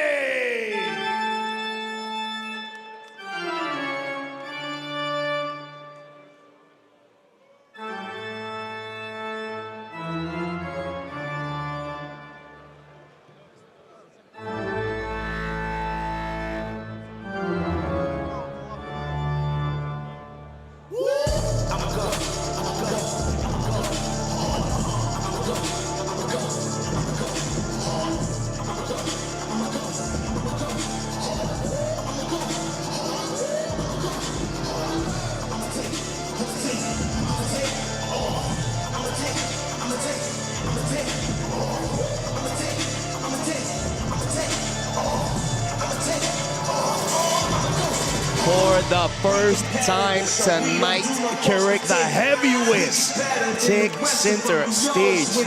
Danilo Bambula Kartavi making his professional debut here tonight, but he is a lifelong martial artist. Two-time European bronze medalist at the European Senior Wrestling Championships, silver at the 2016 Under-23 European Wrestling Championships, originally from the Ukraine, now training at UFD Gym Dusseldorf. And if he can marry the striking with his already elite level world wrestling, we could be looking at a very, very dangerous man here in the heavyweight division. We've got just a little bit of a throwback here. Mixed martial arts was essentially born from Brazilian Jiu-Jitsu. From there, wrestlers, particularly American folk-style wrestlers, started to take over. From there, you started going to boxers and kickboxers. This is a little bit of a throwback. This is a fighter whose background is in UWW, United World Wrestling.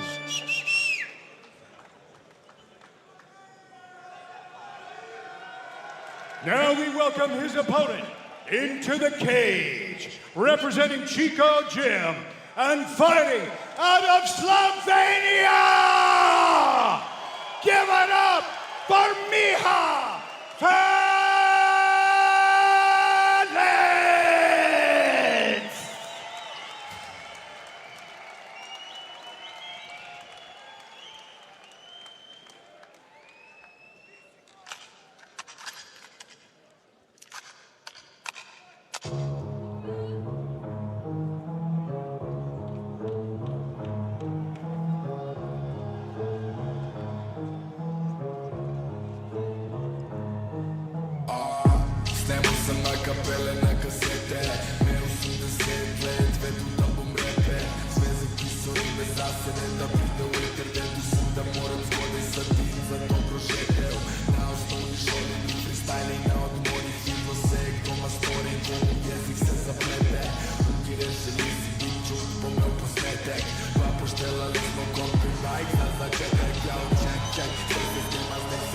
Talk about pressure. Miha, truly, it's not only dealing with the pressure of making his professional debut, but doing it on the global stage, doing it live in front of your home nation.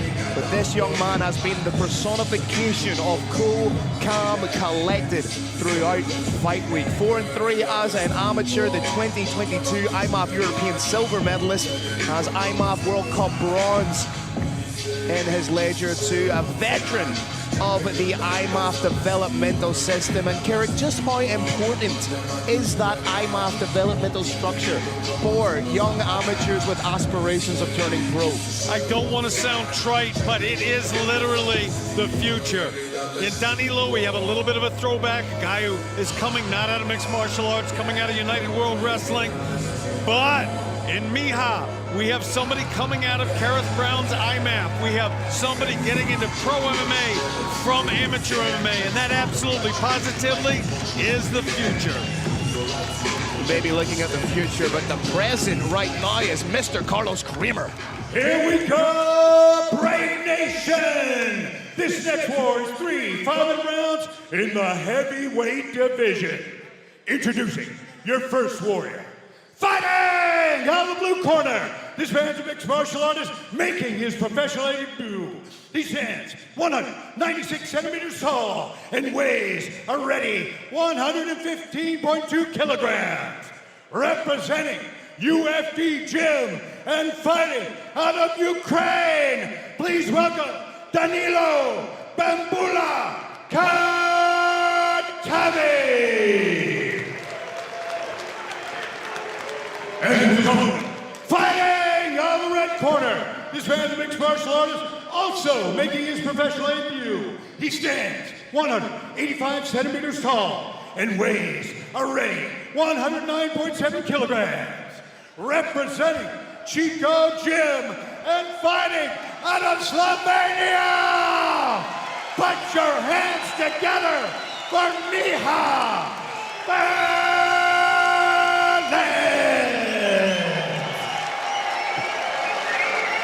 Your referee is Emiliano Carosi. Thanks to Paleo Sport, our sponsor, Paleo Sport. Huge height advantage for Kartave, along with the weight advantage, carrying just under 6 kilos on his opponent. At heavyweight, is that going to be a factor? There is only one way to find out. We are locked and loaded. Heavyweight action here at Brave CF 70 WFC 25. There's always just a little bit of extra excitement when the heavyweights are in the cage, Kieran. Miha moving like a bantamweight right now, light on his toes, feinting, reaching with the hands. I'm really liking what I'm seeing here, Phil. Bambula's hands maybe just a little bit low. It'll be interesting to see what happens. The first takedown attempt coming from Danilo.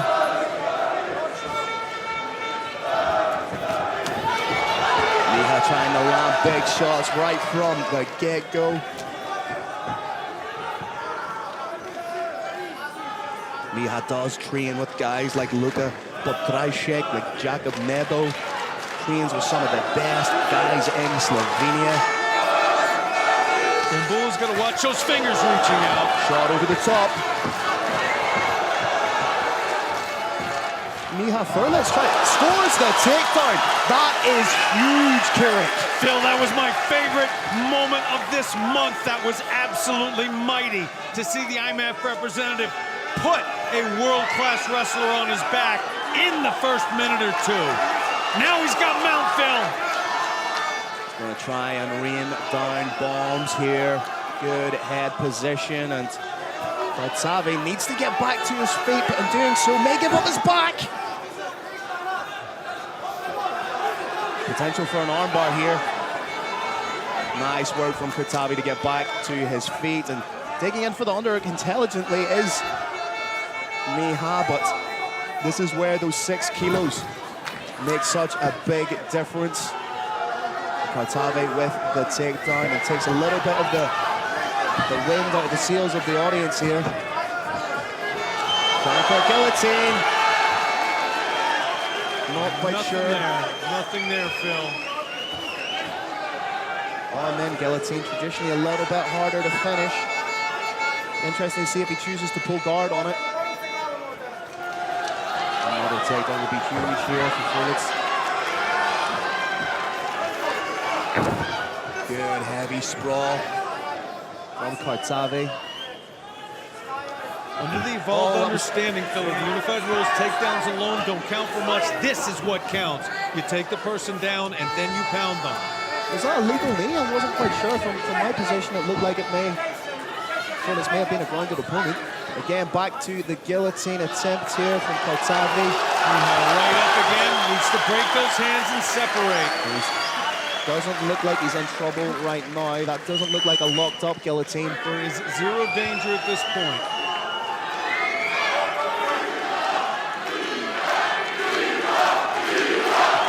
chanting in unison, Brave Nation. Miha, Miha. Head is out. It's a little bit of a moral victory for Miha. I think he maybe caught Cavi by surprise with the early takedown, and now Cavi is super aware of it.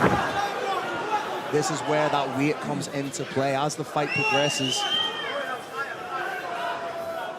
Cavi may look to try and get a hook in here, but every time Miha's been taken down, he's been able to work back to his feet. He's holding onto the cage a little bit there. Only once did he take a little bit of punishment on the ground. As you said, he's managed to pop right up so far. We'll be looking for a standing key lock. It was denied. Big question now, Phil. Does Miha have the same footwork he did earlier? Is he just as smooth, or is fatigue starting to bite? Kick was nice. Cavi needs to close those hands when he's pawing out. Oh, big shot.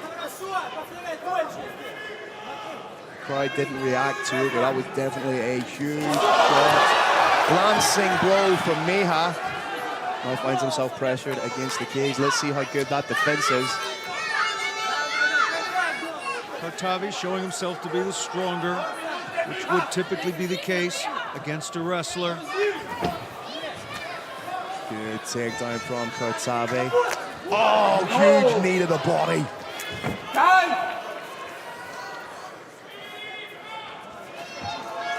Not quite sure what the stoppage was for there. 1 point deduct. 1 point deduct. We've got a 1 point deduction For a knee to the body. We are not sure yet, Brave Nation, what that 1 point deduction was, but that is potentially a huge moment in this fight. If we could, in between rounds, if we get that far, see a replay of that. If I'm wrong, I will happily hold my hands up and apologize, but... Round one ended, Phil. I typically ask you what the score is. Not only am I not sure what the score is, but I don't know what that point deduction was for either, making it even more obscure. If we could please see that. Again, I would like to just clarify it, but from my vantage point, it looked like a knee to the body. First takedown went to Miha, from then on, it was Freelich, ending up on top, unable to cause very much damage from there. Nevertheless, on balance, I think you would give him the 10-9, but with a point deduction, I think we're likely looking at a 9-9. Yeah, it's a 9-9 round. We need to be able to see that back again, ladies and gentlemen. Second down, please. Second down, please.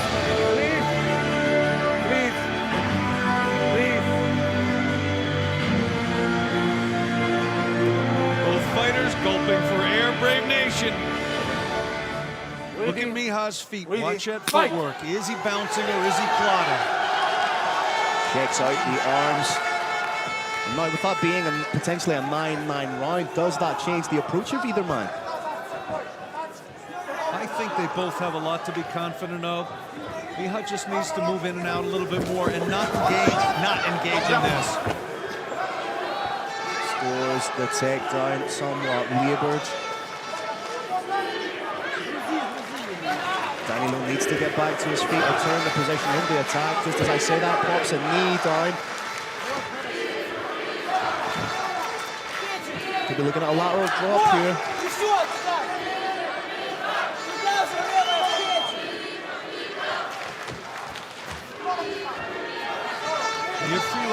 Freelich may have been over-emboldened by that first takedown he got. I don't think he's going to win the majority of takedowns going forward. Danilo looks a little bit tired. A takedown for him means that he could recoup a little bit as well. It's here. Big thumping kicks, big right hands. But I think Miha's going to win it.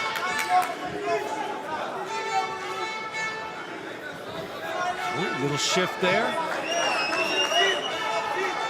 Back to his orthodox stance, shifted again.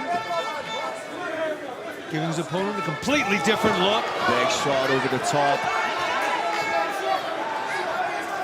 Yes, footwork looking pretty good, Phil. Cavi looks tired. Oh! Needs to be careful of that big shot coming over the top. Cavi looks a little bit like a sitting duck right now. The mouth is open, the movement is labored. 15 minutes, of course, is a lot longer than wrestling. Wrestling requires a slightly different conditioning kind of set. yeah. Danilo maybe has not developed it yet.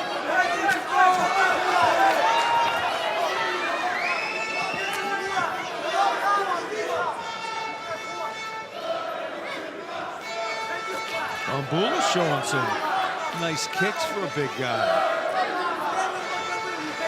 Bambula's jaw is just a little bit loose. Yeah. If it gets touched, that could be that. The hands are down too. Mia Furlitz does have 2 wins by KO TKO as an amateur. Has never been stopped as an amateur either.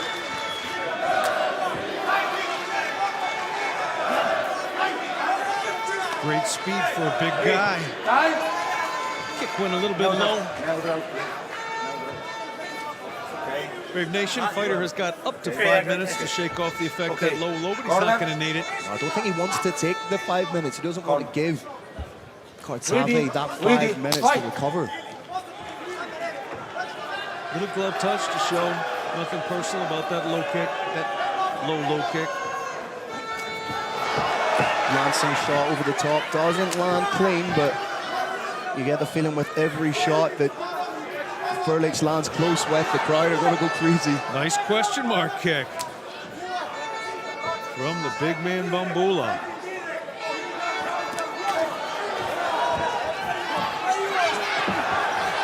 Beautiful single leg, and this is exactly where Cavi wants to find himself. Forcing Furlitz to have that 115 kilos pressed heavy on him. And landing now big he's landing shots. some damage.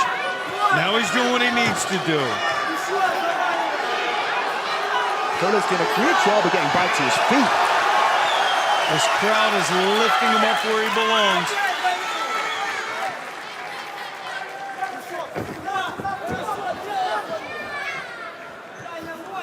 That is the kind of strength that Cavi has. He just essentially threw Furlitz to the ground there.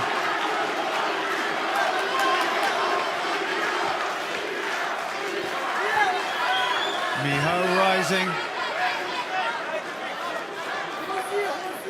Rising, he's up, Phil. 30 seconds to go in our second round here. Heavyweight action. Miha Furlitz taking on Danilo Cavi.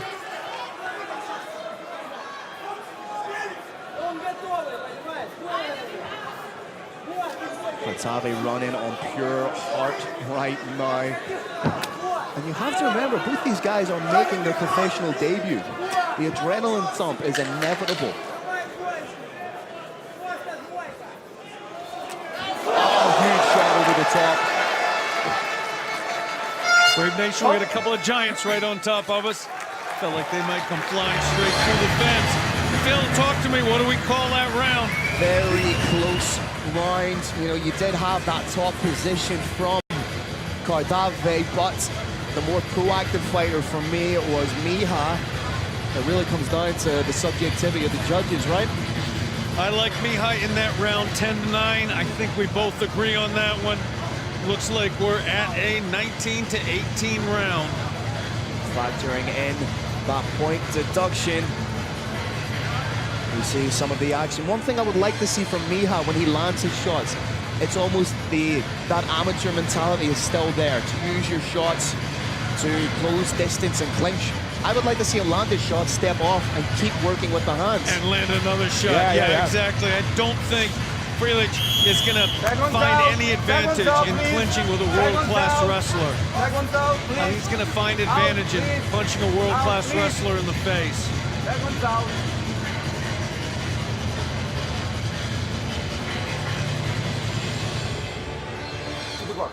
Both big men feeling the effects of 2 long, hard rounds.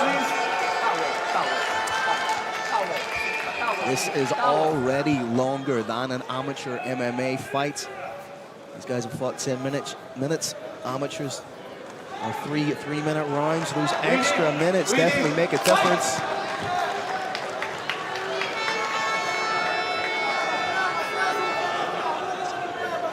Once again, Brave Nation, watch Miha's feet. Do they still have a little bounce in them? If they do, that bodes well for him this round. You wonder if either fighter still has enough pop on their shots to end it. A little bit of redness from those 3 low kicks. Separate. Oh, another big takedown. But like we say, Furlitz every time back to his feet. Trying to hit the switch here is Cavi. They try and create a little bit of a trip here. Cavi not expending too much energy. They just lock across the hips. They try to create a little bit of a step with his own knee and pull. Furlitz over that. Furlitz trying to get in on a single again. Big, heavy sprawl to back take from Cavi.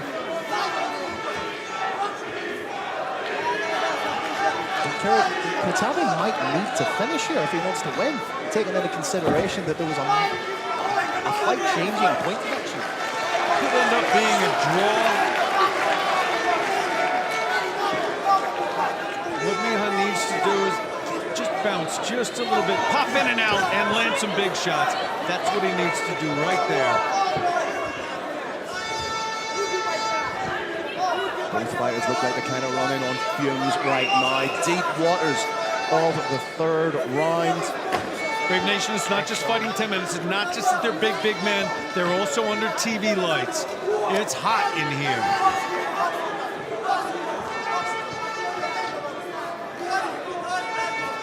Furlitz with a big shot to go along with the big breaths he's taking. Cavi doing a good job of attacking the body. Cavi doing an excellent job of those body kicks.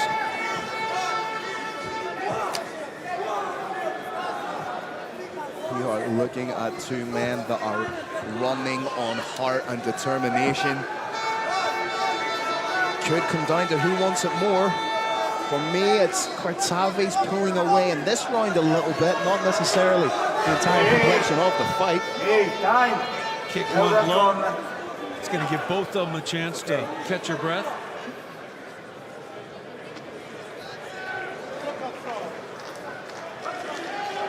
Please. Here, don't speak, here. Referee with what I presume is a stern final warning. And this is where both guys want to take the full fight.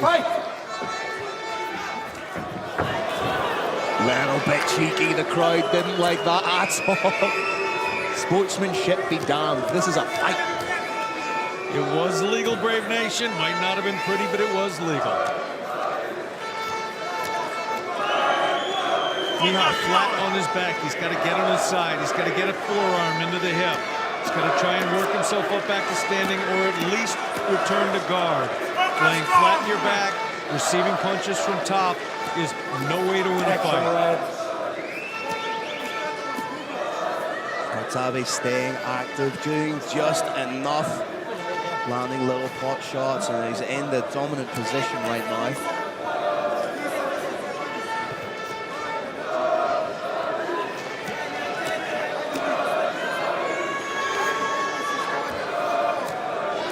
Just under 90 seconds with which to work.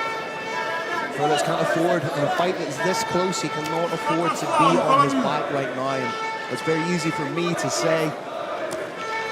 Brave Nation, if you get knocked down, simply getting off the floor with no one on top of you takes a lot of energy. When you have a giant like Bambula on top of you, it takes even more energy. When it happens in the 3rd round, under television lights, it's a brutal, brutal thing to have to go through, but it's what Miha needs to do right now. He needs to get on his side, make a little space, try and get to standing.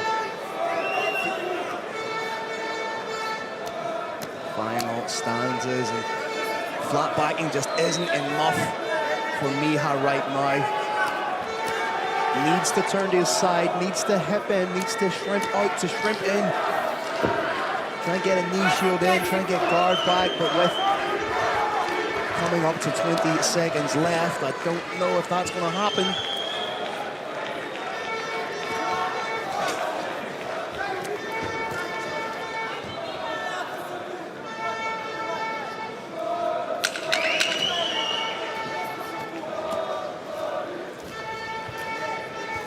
Cavi finishing with strikes, making this round definitive, but Kirik. Phil, I am going to call the rarest of scores in our sport. I'm going to agree with you. I think we're going to see a majority draw. Taking into consideration that point deduction, the second round for me belonged to Miha. Third round, Cavi.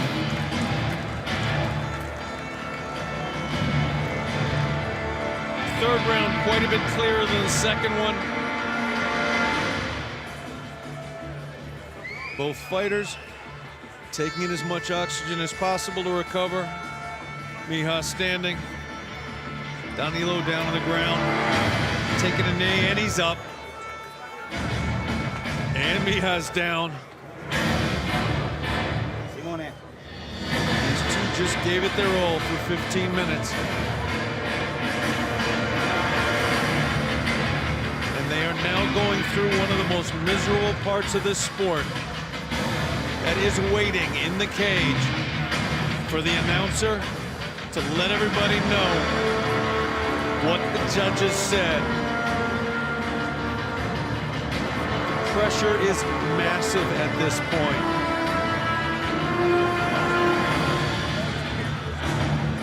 Very, very good arguments could be made for either fighter or for a draw, as I said. I think 2 of the 3 judges are going to see it as a draw, making it a technical draw.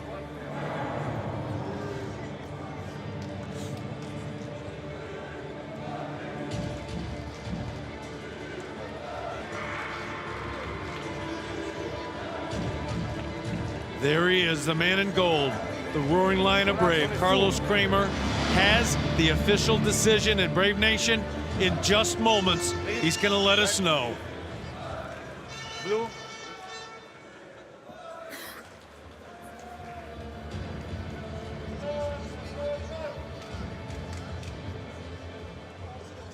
All right, Brave Nation, another phenomenal bout inside the Brave CF70 WFC 25 cage.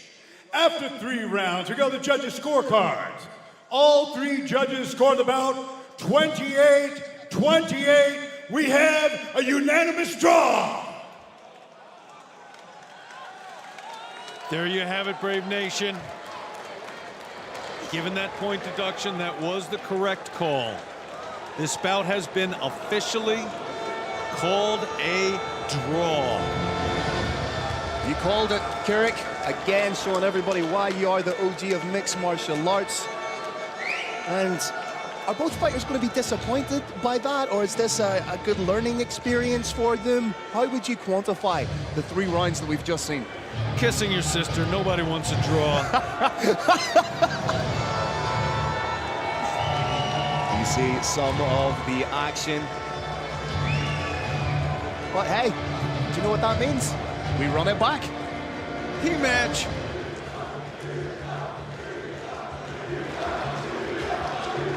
I would like to see that knee bite to see if it was indeed illegal. As I say, if I am wrong, I'm happy to hold my hands up and apologize. Phil, we've had 2 Slovenian fighters so far. First one was a win, second one was a draw. Hometown heroes doing pretty well here in the WFC and Brave Combat Federation cage. Very interesting to see what happens if these guys run it back, because Kirik, if you look at they now have a little bit of a read on one another. They know one another's strengths. So if this goes to a rematch predicated on the fact that we've just seen a draw, I think it could be a completely different fight. It's true, the first minute or two, sometimes 3, it can even last the entire first round. Typically, is the two fighters simply feeling each other out, trying to get a sense of the opponent's strength, reflexes, style, skill set. That certainly would not happen if there was a rematch anytime soon.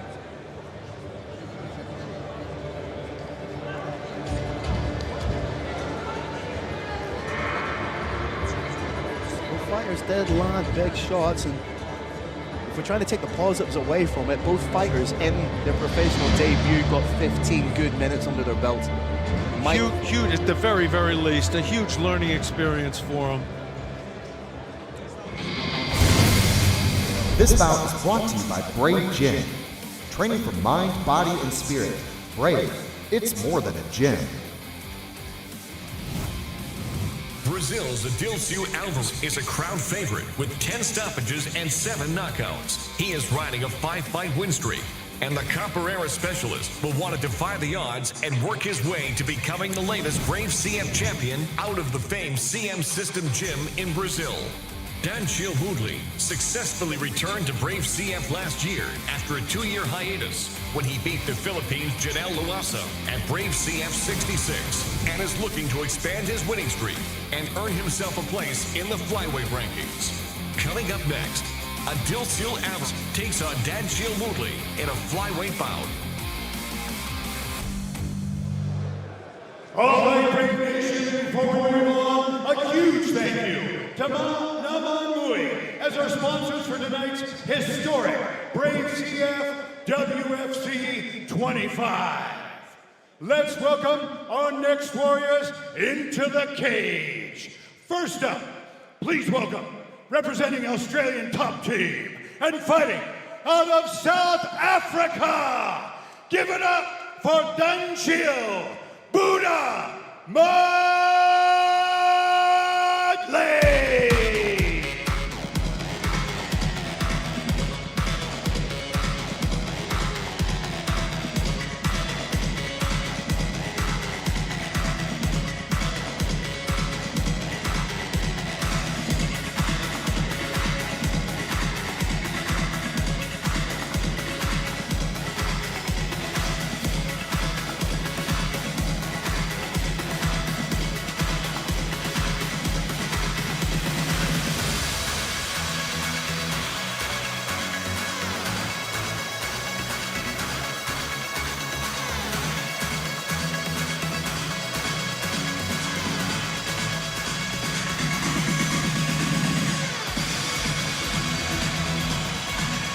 Brave Nation, welcome back Daniel Buddha Moodley to the Brave Arena Zurich. This is his first full training camp spent at Australian top team. He made the move, brought his family with him in search of that better training, and last time he only had a half camp at Australian top team, and when he beat Janelle Luasa, we saw those improvements. Given the fact that he has now had a full camp there, what kind of fighter can we expect to see in Daniel Moodley?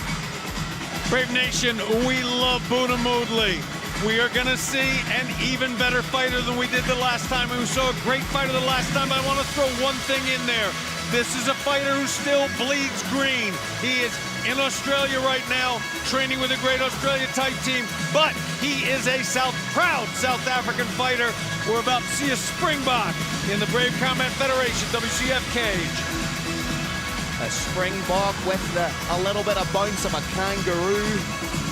8 wins in his professional career. Interestingly though, all 8 of his wins coming by way of decision. Some people may say that means he's not a particularly exciting fighter. I say they are wrong, because Daniel Moodley is the definition of that fast-paced kind of flyweight fighter. Action from bell to bell, puts it on his opponents. Incredible cardio evidenced by that run of decisions.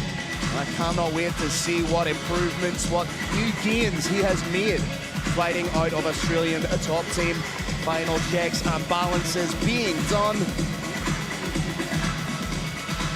Daniel Moodley looks ready to go. Speaking to him throughout fight week, he is calm, confident, relaxed. It'll be interesting to see how that transpires and projects into the cage. Ladies and gentlemen, welcome back, Daniel Buddha Moodley. Now we welcome his opponent, representing CM System and fighting out of Brazil. Give it up for Andreas Berg Alves. Outside, inside, we don't stop. Global, worldwide, we don't stop. From the bottom to the top, we don't stop. From the birds to the block, we don't stop. Outside, inside, we don't stop. Global, worldwide, we don't stop. From the bottom to the top, we don't stop. From the birds to the block, we don't stop. I'm about to blow like a fully loaded Tech 9. Turn the lights out, go and tell them bedtime. Gotta steal the show everywhere we go. Got a super ego, but not a hero. I keep the flow hot like it came from below. The people say, oh man, he's dope. He got a little swag, but I heard he's broke. But money in the thing that brings me to so I'm really looking for a lady. It calls it all day, and I get putting it for a lady. For some new love, I'm a new core lady. He got a determination, putting the reward, baby. Andreas Alves proudly representing the great nation of Brazil. 14 wins as a professional, 7 by way of KO or TKO, 3 wins via submission. He has never been submitted in his professional career, currently riding high on the confidence of a 5-win streak.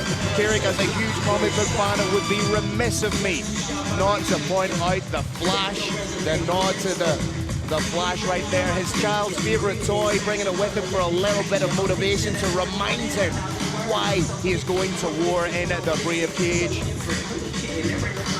He is that rare exponent of capoeira in mixed martial arts. And Kerry, for those who may not know, what kind of skills are indicative of capoeira as a martial art?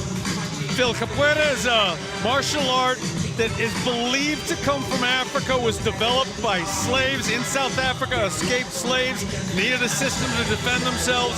It involves a lot of spinning attacks, a lot of rolling attacks. The thing about it, Phil, is you cannot find somebody to mimic that style. Now, the style has been refined by the great Cristiano Marcelo, but the base is still capoeira, as you saw right there. And there is just no way, unless you can find another capoeira master, that you can fully prepare for it. Here we go, Brave Nation. This next battle is 3 5-minute rounds in the flyweight division. Introducing your first warrior. Fighting out of the blue corner. This man's a mixed martial artist with a professional record of 8 wins and 3 losses. He stands 168 centimeters tall and weighs a ready 57.1 kilograms. Representing Australian top team and fighting out of South Africa, please welcome Daniel Buddha Moodley.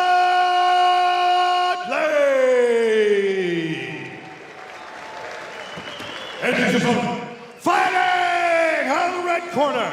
This man is a mixed martial artist with a professional record of 14 wins and 2 losses.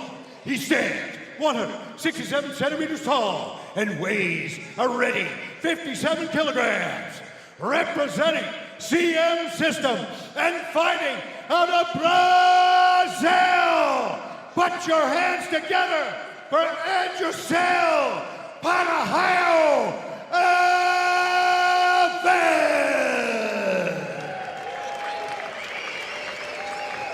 Your referee is Nikolic. Thanks to our sponsor, Naman Mui. Big thank you. Tail of the tape, Moodley, the younger fighter by 9 years. Everything else, dare I say it, is virtually identical. Very, very excited for this bout. 2 premier flyweights, and Alves may be 40 years old, but if his last performance is anything to go by, age is but a number for this young man.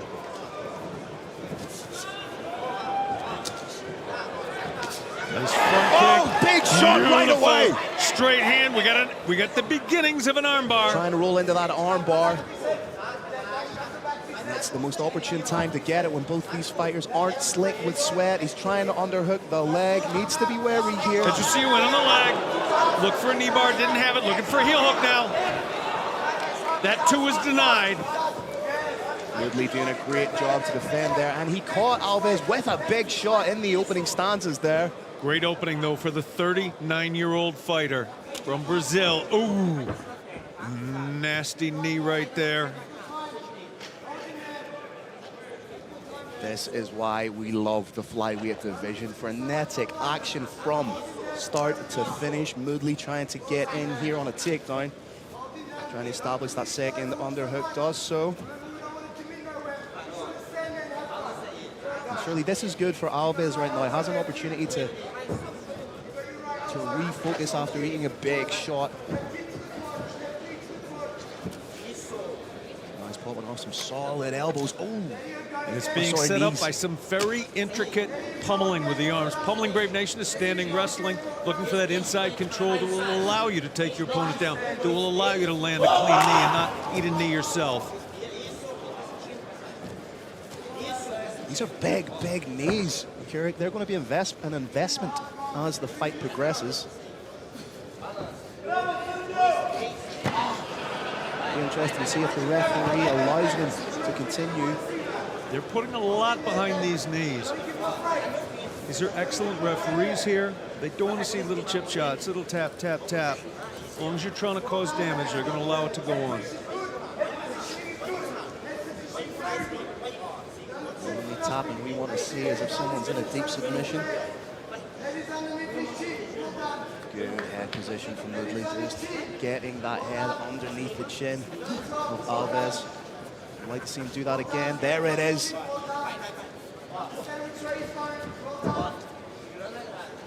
Keurig, are these knees going to have an effect on Moodley at this stage of the fight?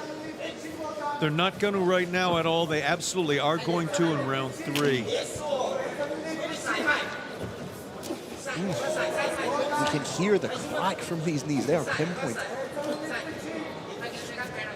Farhad doing a nasty job with those knees right now. Right in front of us here in our broadcast position. You get the feeling Moodley could do this all day. Big takedown from Alves. Hands inside control. Farhad cradling the near leg, a little bit unusual for a fighter from Brazil. Moving to north-south now. Trying to get a grip around that head. He switched the north-south position. He's keeping a tight grip on that leg. Come on, guys. Referee calling for a little bit of action. What does Moodley need to do right now in this position to get himself back up, Keurig? I think he needs to just wait for the referee to do it. Needs to hold his opponent's head down, not take any damage. Referee in all likelihood is going to stand him up unless there's a change of position, which we've got right here. Nice scramble. Moodley turns this into a takedown of his own. And some elbows to the side and not hitting the head. Farhad again, Phil, causing the kind of damage that gives you the advantage over time. That elbow to the lat, it's not going to win a fight, but it is going to slow you down come round 3. Just to the back of the head, perhaps? Referee thought he clearly saw the back of the head. Brave Nation, imagine a cell phone on the top of the head. You run that cell phone all the way down the spine. That area cannot be hit. I often like to think of it as the Chuck Liddell Mohawk is your target area. Farhad, actually, I believe, Phil, actively targeting that shoulder with his knees. Interesting approach. 20 seconds to go in our first round here. Very, very interesting matchup. Moodley started very, very strong. Might be a little bit of a cut over his right eyebrow, Keurig.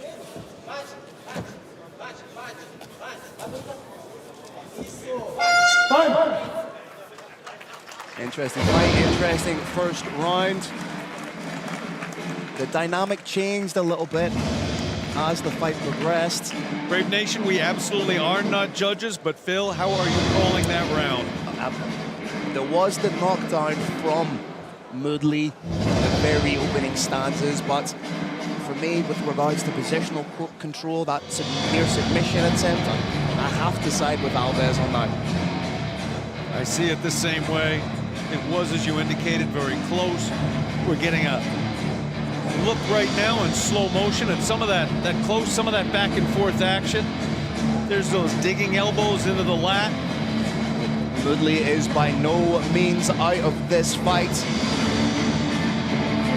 I'd like to see him be a little bit more measured with the striking. He now knows that if he chases a knockdown, he may find himself in a submission attempt from Alves. So I'd like to see him settle into the striking a little bit more, start landing combinations and keep the fight at distance. I think he's got to get his head in the game a little bit more. Farhad is eager to jump right back in there.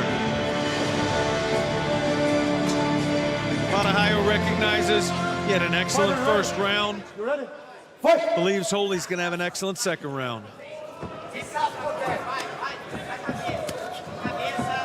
Straight to the body, kick to the body. Neither one landed particularly hard. That one landed a little bit harder. Good movement being implemented here by Moodley.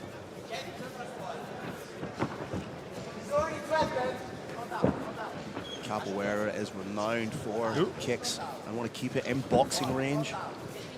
Moodley, just keep Alves at the end of your punches. What we're seeing right there is actually the characteristic footwork of Capoeira.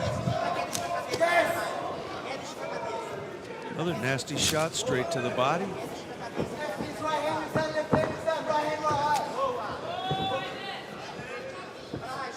Alves, 40 years old. Looks like a man in his late 20s. And that's not usually indicative of the lighter weight classes, Carrick. That's what makes it all the more impressive. Oh, very beautifully checked right there. Put some weight on it, angled it out, did it again. Angled it out. Buddha's foot may have hurt. Oh, that one landed the calf. Nice work from Buddha.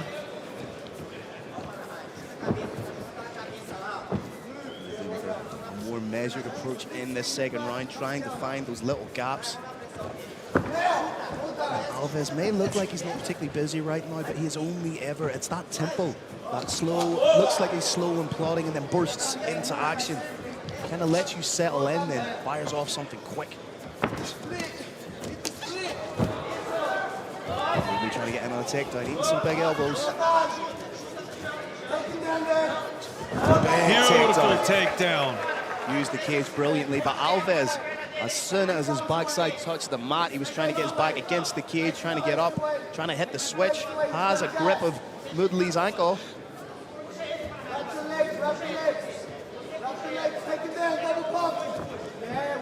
Nice little sweep from Moodley. However, under the refined understanding of the unified rules, Moodley now has to cause some damage. A takedown in and of itself does not count for much.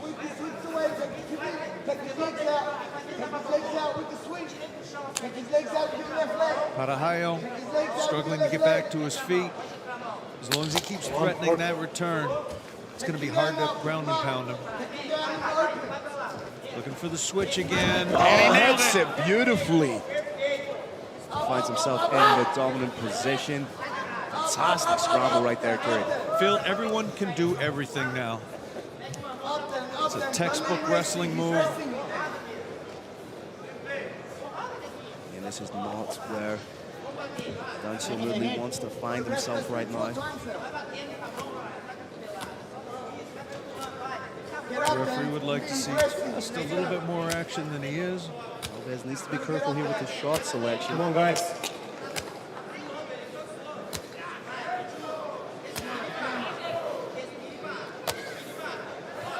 Moodley looks relatively unfazed by those shots to the body. Problem with those light shots, Phil, is you're losing. Oh, that was beautiful. Fantastic. Reverse and re-reverse. Sit through with whilst maintaining the underhook to bring your opponent with you. That's beautiful wrestling. Everything that Ediseu Alves does is just a little bit unorthodox. as you say, an incredibly difficult opponent to prepare for.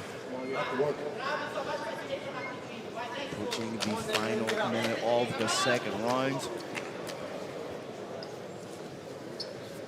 The downside of this unique style we're seeing here is that there isn't a body of knowledge of setups that you can use for it, but the good side is you can hit people with things they haven't seen. Moodley trying to get back to his feet.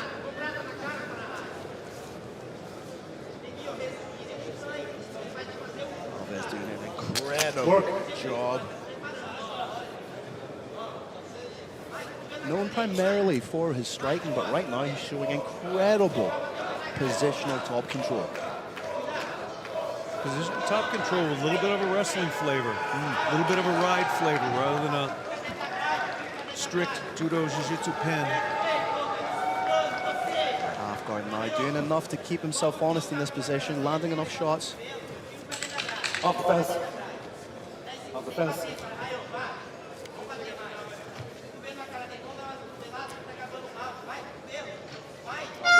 Break. Little question in my mind, Phil, that's 10-9 for Parahayo. I think I would be inclined to agree with you there, Carrick. And again, Brave Nation, we are not judges here. We're just offering an informed opinion. But in that informed opinion, we're looking at a 2018 round. Moodley has got to do something radically different to pull this fight out. A frustrating fight, I'm sure, for Moodley. And Jussiu is a deeply frustrating fighter.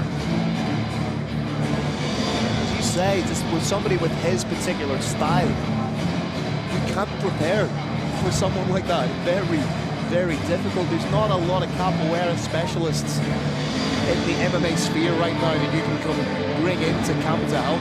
There really are just a handful. The timing is different. The angles of the attacks are different. Even the way they feint is completely different. Third and final rounds. Can Moodley snatch victory from the jaws of defeat?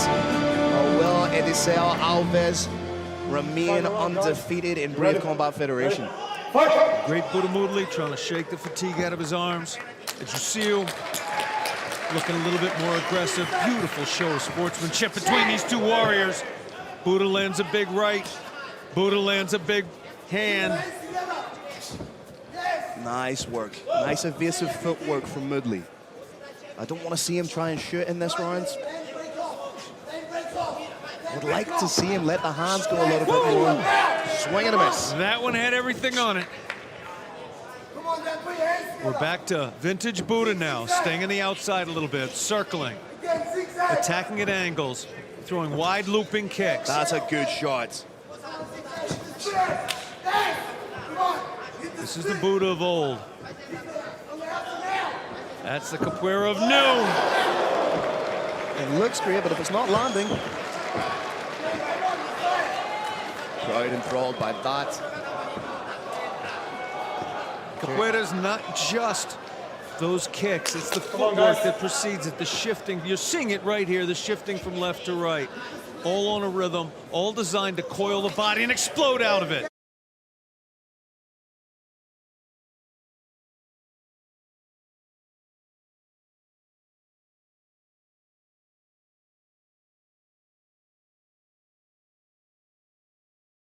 Alves at Brave 60 with a fantastic, dominant win over the jiu-jitsu specialist Sean Santala.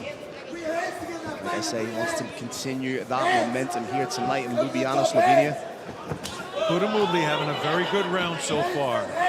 Doing what he does best, staying on the outside, slamming into the legs, sometimes going up to the head, unorthodox angles, sometimes straight down the middle.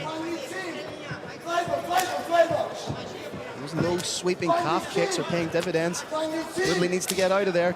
He's really chopping in with that low calf kick. But he eats a big one himself.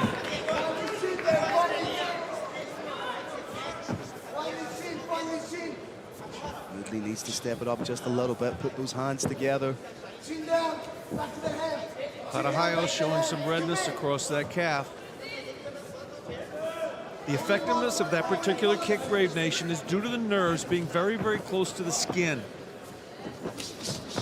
They're the same nerves that cause the foot, the toes to pull up towards the knee. Several kicks land there, particularly one from a power kicker like Buddha, and the leg doesn't work. I like the angles that Moodley's cutting here. Almost skating in, zigzag style, like he's ice skating. Moodley absolutely showing what he can do in this third and final round. Oh, that's a good shot right there.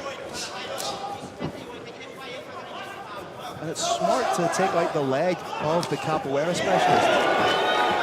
But he wobbled him a little bit there. He wobbled him just a little bit, maybe a little bit more than a little. Oh, big knee right up the middle. Moodley needs to get out of there. Moodley wisely tying up. Parahayo wisely denying it. Nice 1-2 from Moodley. Moodley's head should be cleared within just a couple seconds. 90 seconds to go right now. Big takedown from Alves. Very smart tactically. Striking wasn't particularly going his way. Take it down to the ground. Try and deliver some punishment from there. Moodley needs to get back to his feet. He's trying to do all the right things, but it's difficult when you're late into the fight. Alves just transitions through into side control. Alves keeping his opponent flat in his back. Trying to hit more side. See, he was trying to work his way counterclockwise there. 30 seconds to go. Has to be do or die right now for Dancio Moodley.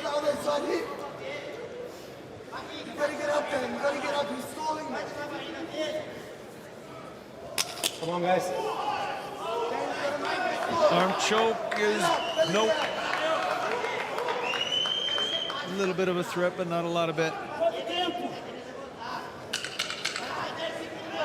Last 10 seconds. Moodley doing everything he can to try and get to his feet.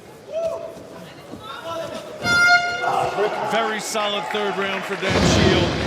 Unfortunately, I don't believe it was the solid fight that he was expecting. Yeah, I believe Moodley did enough to win the third round, but rounds 1 and 2, for my money, in favor of Alves. And there is that capoeira.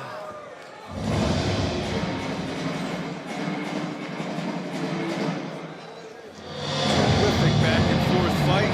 I do believe we're going to end up with a 29-28 score in favor of the man who went into the cage, holding on to his son's favorite toy, the Flash, just to remind him what he's fighting for. Brave Nation, he's fighting for his family.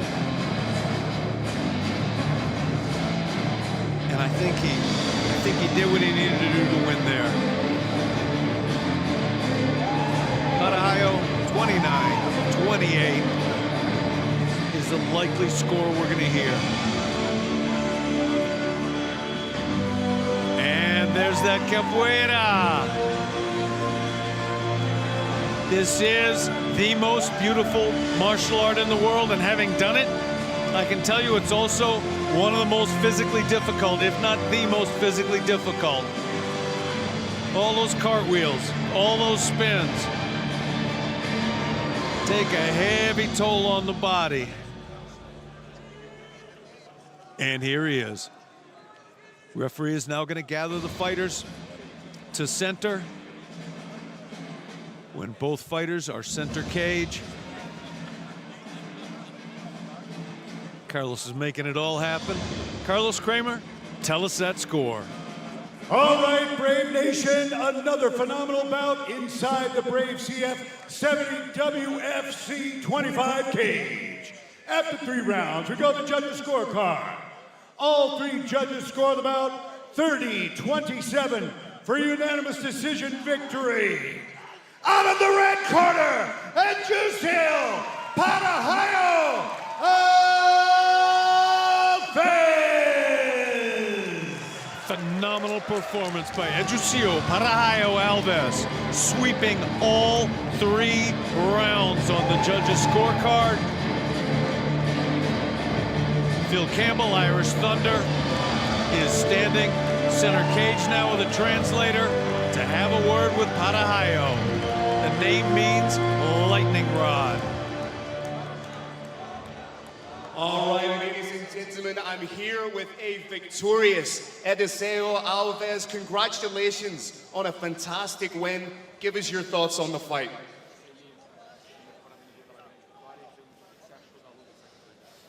Obrigado pelos parabéns. Obrigado. Esse magnífico evento, Brave. Muito obrigado. Muito honrado estar aqui nesse octógono pela segunda vez e voltarei muito mais. Eu esperava nocautear meu adversário no segundo round no máximo. Parabéns para ele, muito duro, fez um jogo perfeito, o antijogo meu e conseguiu levar a luta até os terceiro round. Parabéns, foi uma luta dura. Mas aí, quero dizer... I'll give my best. Thank you for this magnificent event, Brave Combat Federation. I'm so honored to be here in Slovenia as well. Thank you to everyone that came here to watch me. I wanted to knock out my opponent on the second round, so congratulations to him. He lasted longer than I expected. Now, you're 40 years old. You seem to be getting better with age. 2-0 now in Brave Combat Federation. Is there a particular fight you're looking for? Is there a fighter that you want to get in the cage with?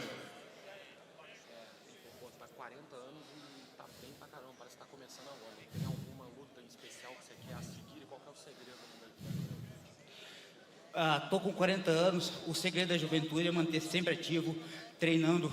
A inércia é inimiga do homem. Se mantenha em movimento, se alimentando bem e praticando esporte. Esse é o segredo. Calma. Uma luta que eu quero, que já desafiei e volto a desafiar de novo, é o Torres. Bom, eu acho que eu já me classifico aí para disputar o cinturão do evento. Coloca eu e o Torres para sair na mão pela cinta do evento. Mereço. Quero ela aqui na minha cinta. So a lot of people wouldn't believe when I say that I'm 40, but the secret to be youthful is to stay active, avoid inertia, exercise yourself, take care of you. And when it comes to my next fight, I think I've done enough to fight for the title. José Shorty Torres is out there. I would love to fight him for the belt. Well, congratulations on a fantastic win. We look forward to seeing you again. Ladies and gentlemen, give it up one more time. Edusio Alves!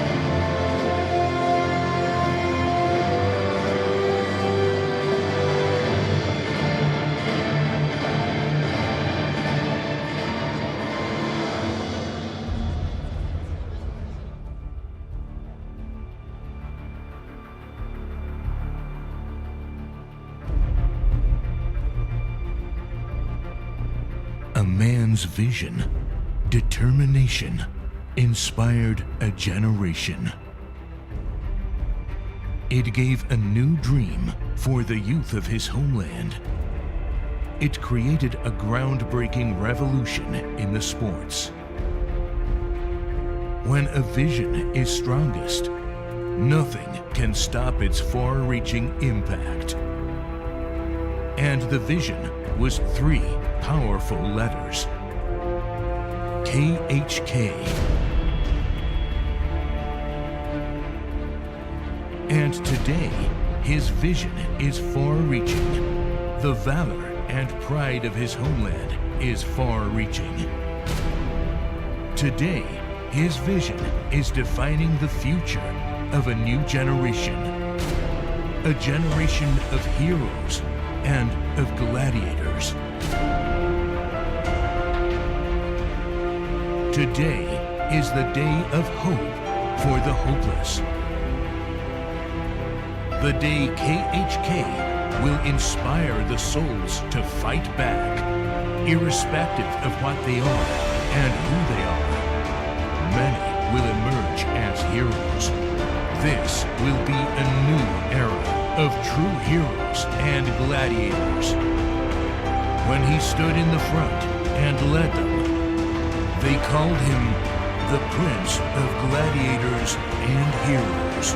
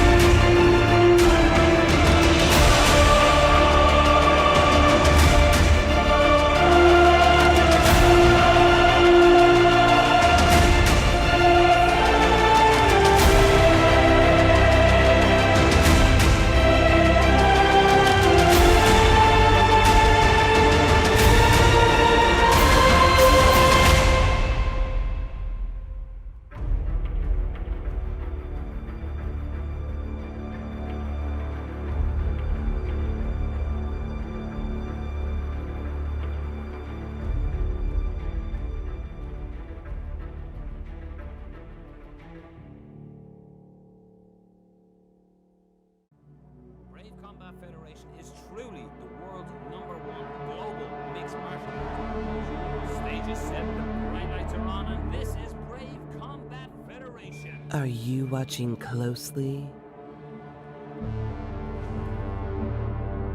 What captures your eyes? What elevates your minds? Can you feel it?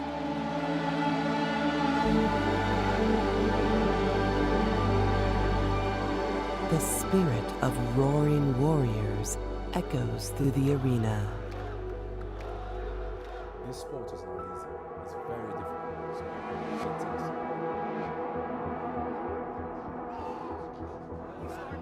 The takedowns. The submissions. The knockouts.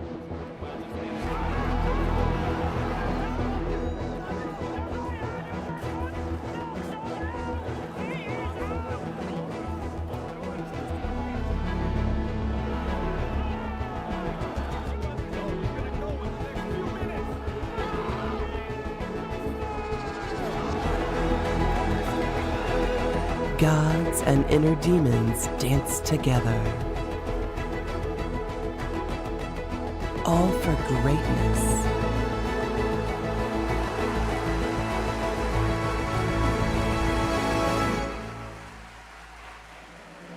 A A sport that is the ultimate pursuit of mental and physical prowess.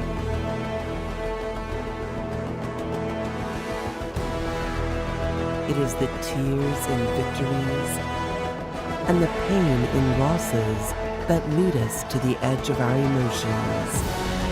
A heroic transcendence.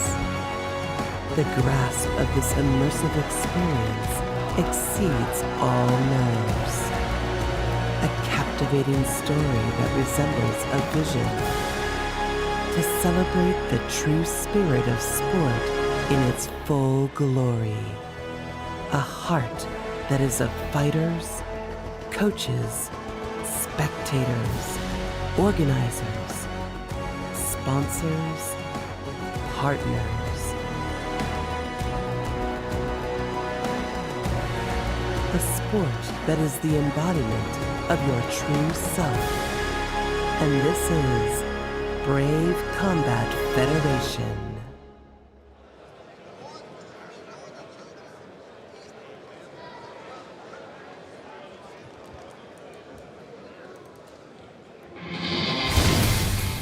This bout is brought to you by Brave Gym.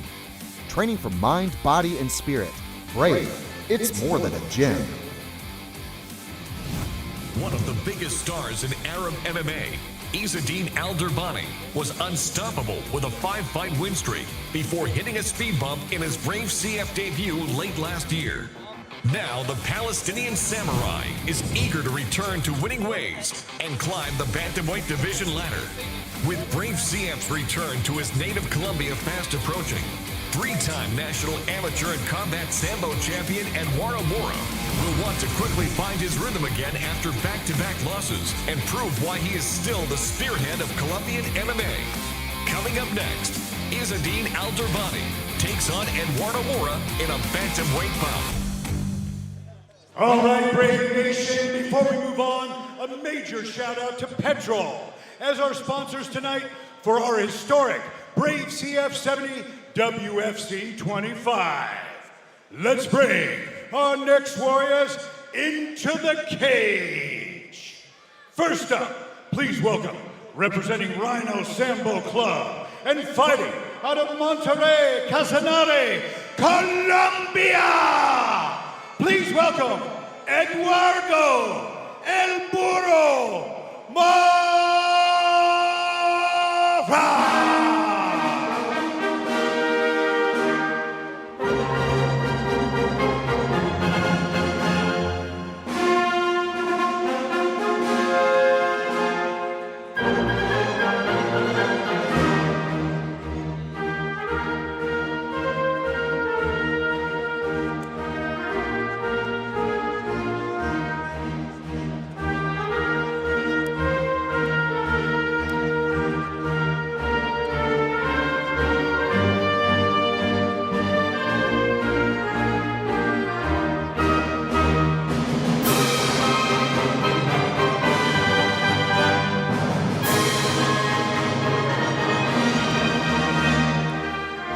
Ladies and gentlemen, welcome back to Brave Combat Federation 70 WFC 25. Phil Campbell and Kerrick Jeunesse on the call. Eduardo Mora opening up our main card. 7-4 as a professional.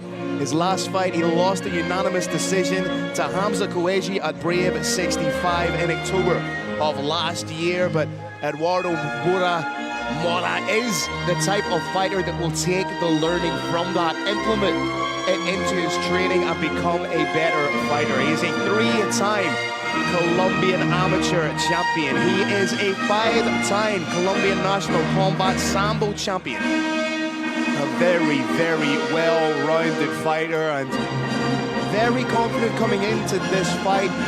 Speaking to him during fight week, he is calm again, cool, collected. He's really, really looking forward to this fight. He's almost carrying himself with the confidence of a man that has a secret that he's only going to let everyone into when he gets inside the cage.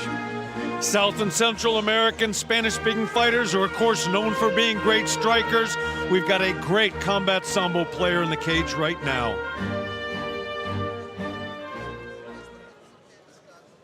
Now we welcome his opponent, representing round 2 and glory, and fighting out of Jordan, give it up for Izzedine, the Palestinian samurai, Al-Derani.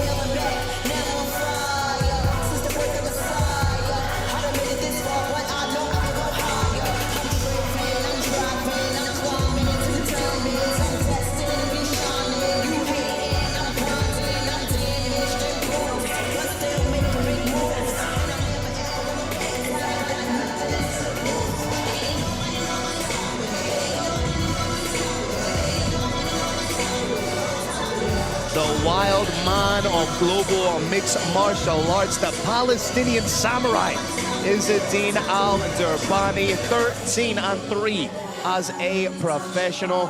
In his last fight, he lost a unanimous decision to Shorty Torres at Brave 65. That was his first time cutting down to bantamweight, and that's going to be a real factor in this fight. It must be said, Al-Derani did not make weight, forfeits a percentage of his money to his opponent, Eduardo Mora. And Carrick, just how much of an impact will that weight cut have had on him? A lot. In a single word, a lot. There is, Brave Nation, a thing called the fight before the fight, and that is making weight. Fighters will lose 5 kilos. Fighters will lose 10 kilograms of water weight in order to hit that contracted weight. The Palestinian samurai missed by exactly 1 kilogram. He suffered a percentage loss of his purse, but he is going to step into the cage with 2 things. One going for him, he's going to be big, and one going against him, he's going to be compromised. But as yet, it's to an unknown extent. Our president, the one and only Mohammed the Hawk Shaheed, always working. See him there with Slacko Maich, the president of WFC. No doubt getting work done. Speaking about getting work done, this fight, 2 fighters coming off a loss, is going to make for entertaining savagery inside the cage. Derani, a fantastic striker. 13-3 in mixed martial arts, but 30-1 in combined Muay Thai and K1. A respected veteran of Arab MMA, from one respected veteran of the game to another. Ladies and gentlemen, the irrepressible Mr. Carlos Kramer. Here we go, Brave Nation! This next battle is 3 5-minute rounds in the bantamweight division. Introducing your first warrior. Fighting out of the blue corner, this man's a mixed martial artist with a professional record of 7 wins and 4 losses. He stands 169 centimeters tall and weighs a ready 61.5 kilograms. Representing Rhino Sambo Club and fighting out of Monterrey, Casanare, Colombia. Give it up for Marko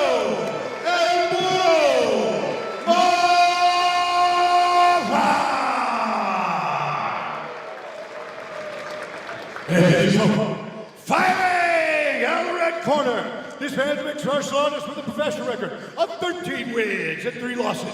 He stands 178 centimeters tall and weighs a ready 62.7 kilograms. Representing round 2 in glory and fighting out of Jordan. Put your hands together for Izzedine, the Palestinian samurai.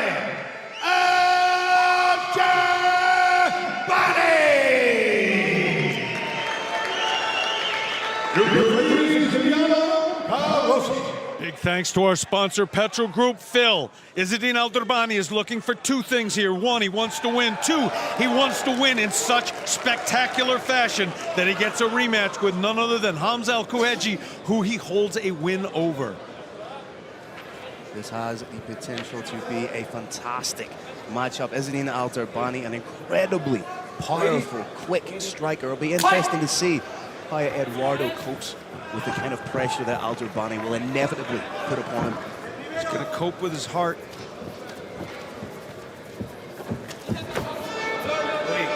First kick went a little bit low. No harm, no foul. Kick was answered with a hard one and another. You see, it's just a different type of striking from Al-Derani. So dangerous. Big step in knee. And that one went low. Being on the heels of an earlier low kick. First of all, Brave Nation, that was absolutely an accident. Oh, without a doubt. No intention whatsoever there. That said, it did land with impact. If possible, we would like to see the replay of that, please. Izzadine Al-Derani is entitled to a full 5 minutes with which to recover. Okay. He would do well to take some time, Phil. Fighters way too often feel compelled to jump right back in, as you're seeing right here. Well, he's got a plan. Opens up with a big head kick, and you feel that Al-Derani is only ever one big shot away from the knockout.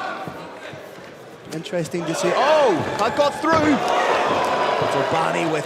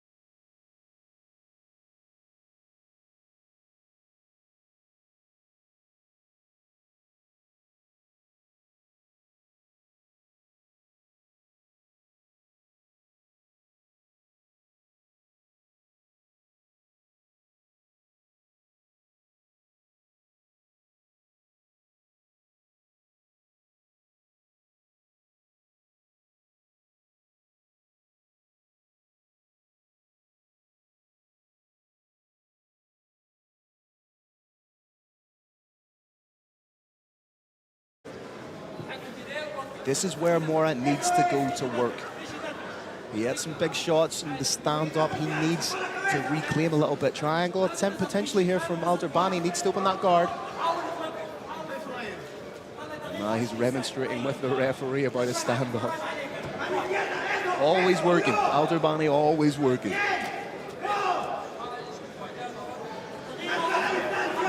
Al-Derani being very careful not to hit the back of the head.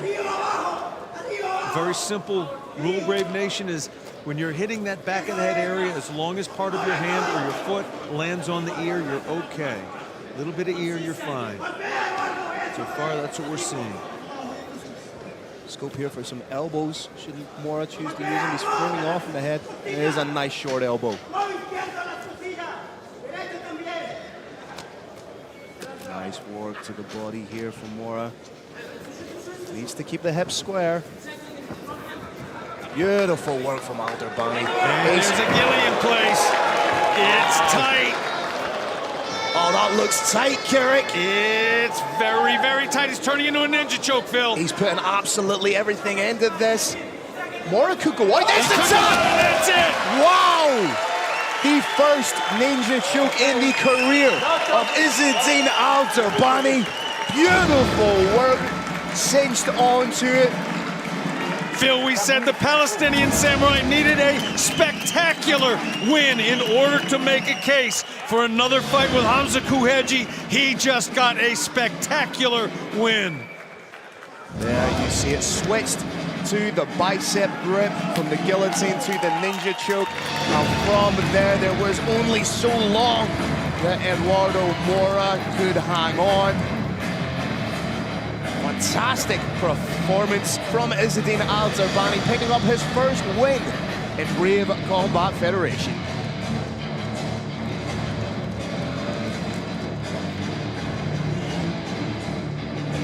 Phenomenal performance by the Palestinian Samurai. His corner couldn't be happier with him.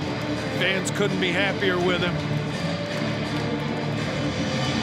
And as always, Eduardo El Burro Mora has nothing to feel ashamed of. Fought his heart out, got stuck in as deep a choke as ever you will see. Tapped moments before he went out. Had to actually elevate his legs so that he could step off the floor.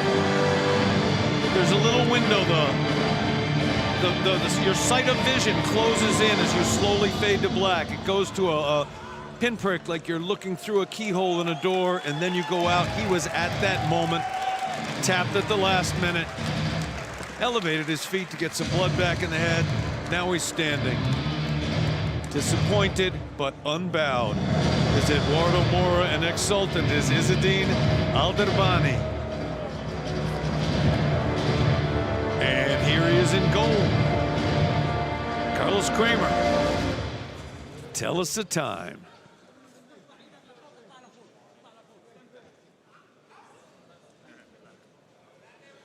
All right, Brave Nation, another exciting bout inside the Brave CF70 WFC 25 cage. This comes to a dramatic end at 15 seconds of the second round.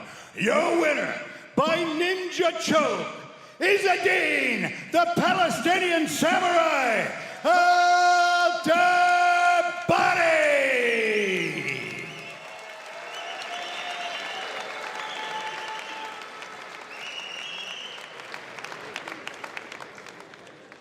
Phil Campbell's going to have a Ladies and gentlemen, I'm here with a victorious Izzedine Al-Derani. Izzedine, how good does it feel to get your first win in Brave Combat Federation? Man, it's amazing. It's amazing to be here, Slovenia, Brave Cage, WFC. Thank you so much. Thank you, everyone. I'm so excited for next. For what comes next. Now, not a lot of people know this, but you own a 2016 knockout win over Hamza Kouheji.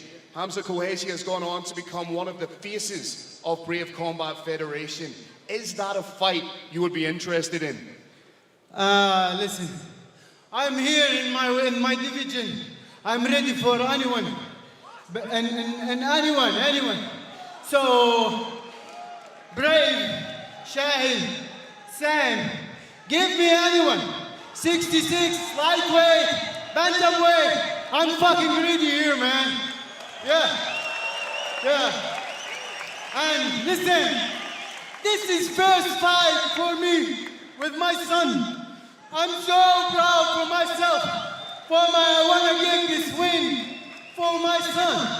And I want to thank all my friends. Omar Hussein, Sam, all my friends in my home, Jordan. Thank you guys, thank you all. Thank you Glory Gym, Attack Gym, Round Gym.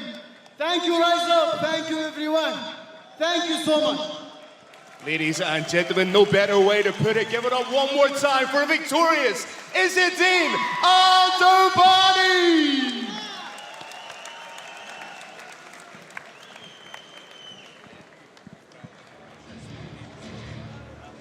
Beautiful and emotional post-fight speech by Izzedine Al-Derani, making the case for the rematch.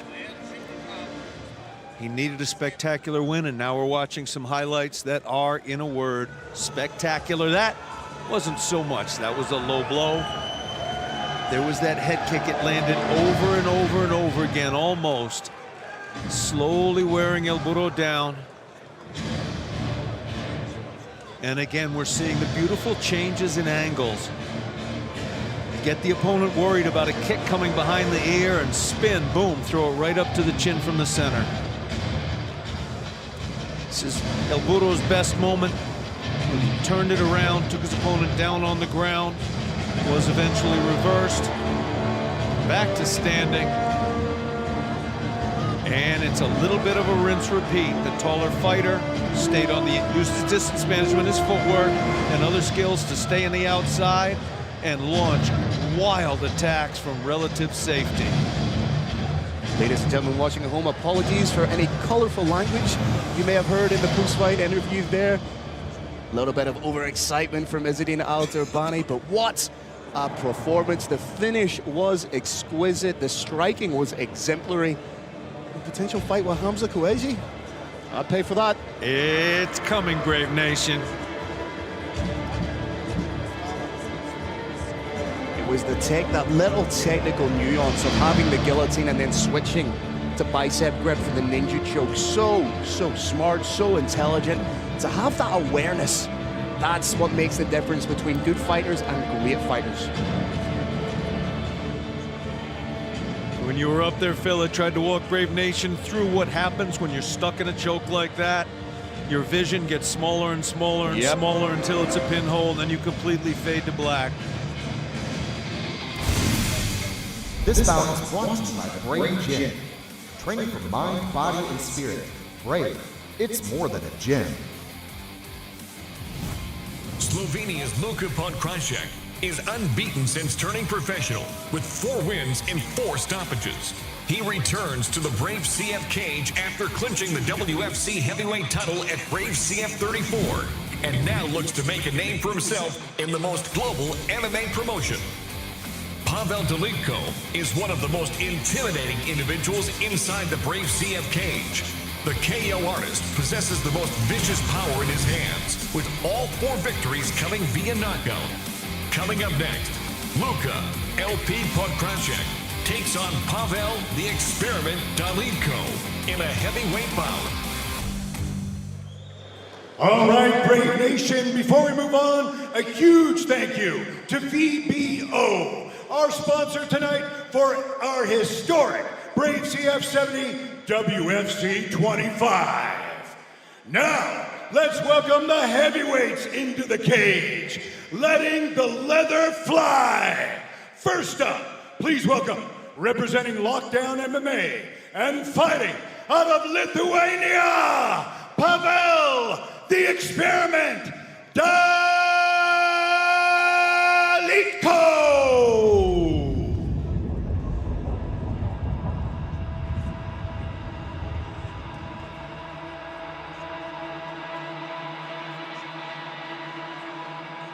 When the sun not shining bright,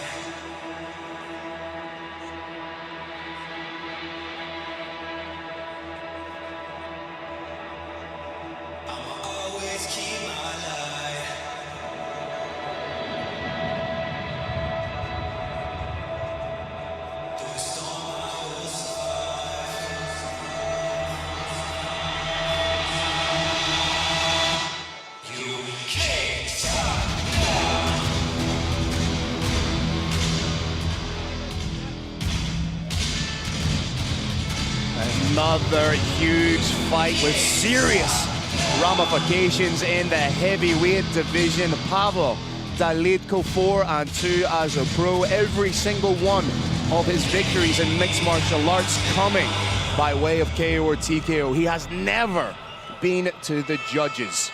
Only been to a second round once. He likes to get in there and get it done. Coming off a second round TKO loss to Shamil Gazayev at bravecf 65. He went home, he regrouped.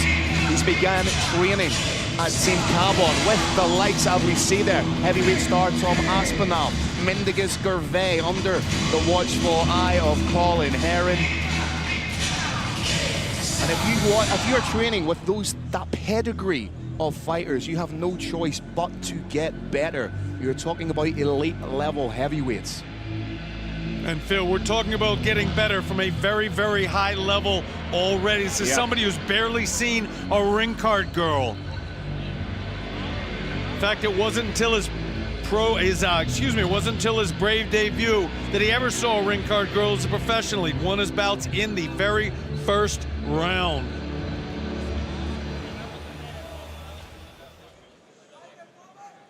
Now we welcome his opponent, representing LP Gym and fighting out of Slovenia. Give it up for Luka LP Ponek.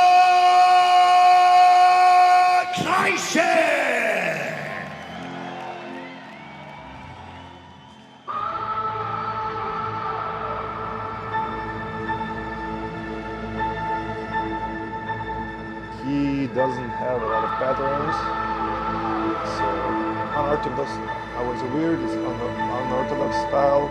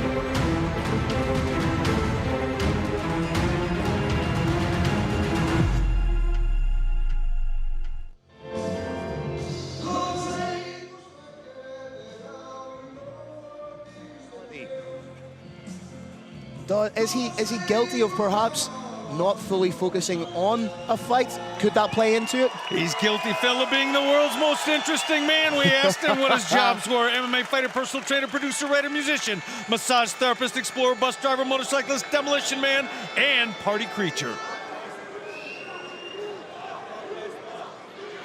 Here we go, Brave Nation! This next battle is 3 5-minute rounds in the heavyweight division. Introducing your first warrior. Fighting out of the blue corner, this man's a mixed martial artist with a professional record of 4 wins and 2 losses. He stands 194 centimeters tall and weighs a ready 108 kilograms. Representing Lockdown MMA and fighting out of Lithuania, please welcome Pavel the Experiment Dalitko.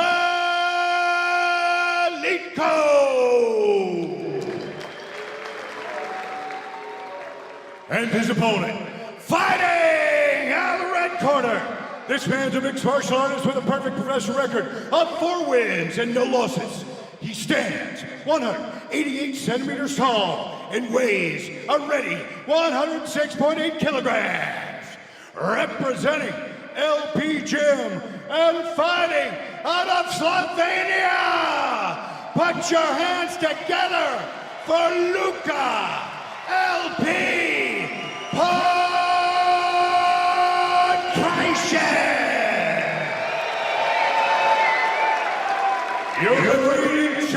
of the cage is Emiliano Carossi. Thanks to our sponsor, VBO. Phil Campbell, this one is going to be nasty, brutish, and short. We cannot wait for this explosive heavyweight action. You can see tail of the tape, Pavel Dalitko, the taller man. Nasty, nasty power possessed by Dalitko. But Krajcek, 4-0, undefeated, has 2 wins by way of KO or TKO.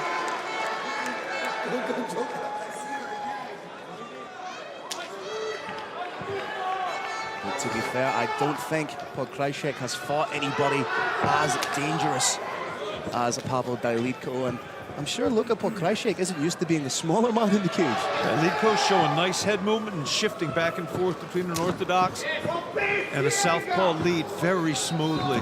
Doing a good job of really digging in on those leg kicks. Forces Krajcek into the clinch. Little test here, we're going to get to see who the stronger fighter is. Very simple test of strength in mixed martial arts is who can put whose backside against that fence. Dalitko looks chilled, looks calm, may try and reels up with the overhook, pull down, or sorry, reels up with the underhook, pull down with the overhook, does so beautifully, but little bit of a chess match going on here.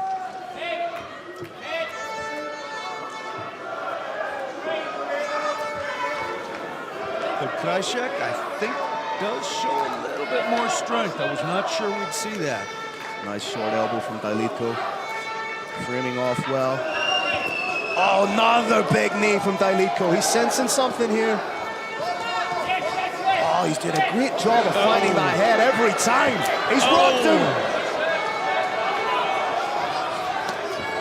Oh, Krajcek. That's it! That's it! Down to the ground! Wow!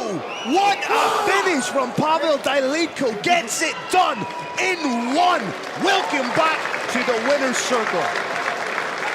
Phil, the experiment is a beast. Sitting on the fence. So tall, he looks like he barely had to hop up onto it.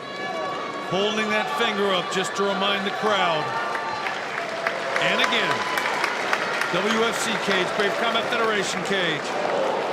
Character is everything. Fighters embraced.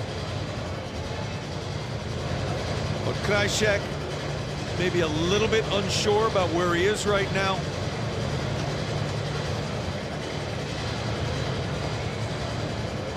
He's waiting for his senses to fully return. Typically happens within the first 10 seconds or so. It's imminent right now. And hopefully we get a little look at some of that nasty, brutish, and short action that we were just treated to.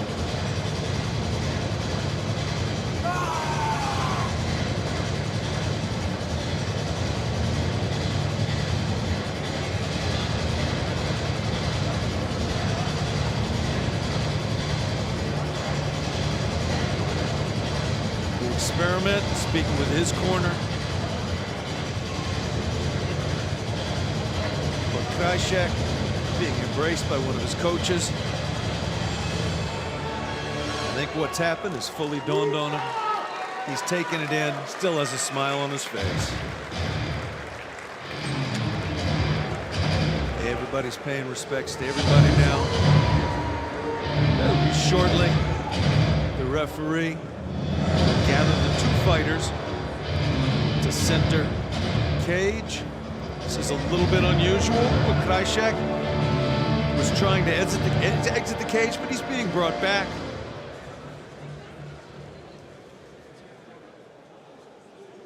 And with the Avengers assembled, the big man, Carlos Kramer, the roaring lion of Brave, is going to make it official by telling us the round, time, and method of the stoppage.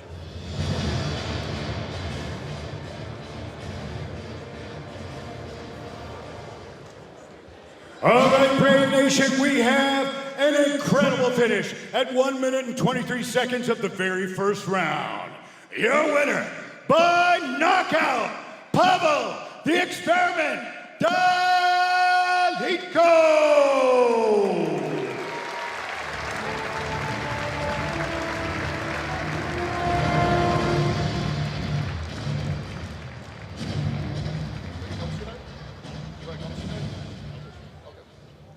All right, ladies and gentlemen, I'm here with the victorious Pavel Dailidko. Talk me through that finish, showing incredible striking. Was the plan to come in here, get the finish nice and quick?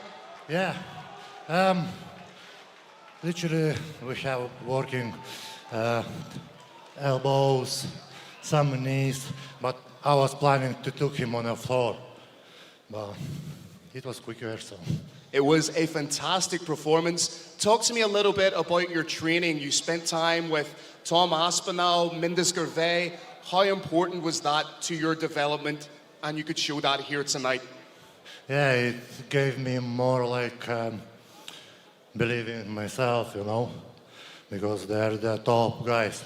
So it was like big, I don't know how to explain for you. Like big opportunity, yeah. Confidence, yeah. I got from that confidence. You're one of the most exciting heavyweights in European MMA. How quickly would you like to get back in and perform for the Brave fans? One more time. How quickly would you like to fight again? How quick? Yes. I don't want to rest. I'm 31 years old, so I have to go. I'll go straight away. Well, congratulations on a fantastic win. We can't wait to see you again. Ladies and gentlemen, one more time, Pavel, the Experiment, Dailidko!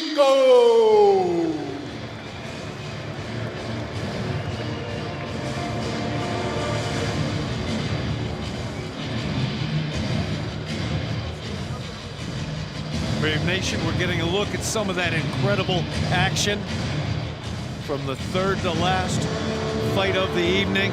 Mouthpiece comes out. Fighter slumps face forward. Referee stops the action. And there is the Experiment, standing center cage, victorious. We were treated the two fighters embracing, and this is when it became official. Hand raised. The Experiment wants back in, and he just told Phil he wants back in soon. Exploded in the Brave Combat Federation in 2022, crushing Muhammad Grabinski and Mikhail Kotruta in less than 1 round combined. Today, the 6th promotion, multi-division MMA champion, and 2 promotion K1 champion, who holds black belts in judo, jiu-jitsu, and luta libre, is the #1 contender for the Super Lightweight World Championship held by the legend Eldar Al-Derani.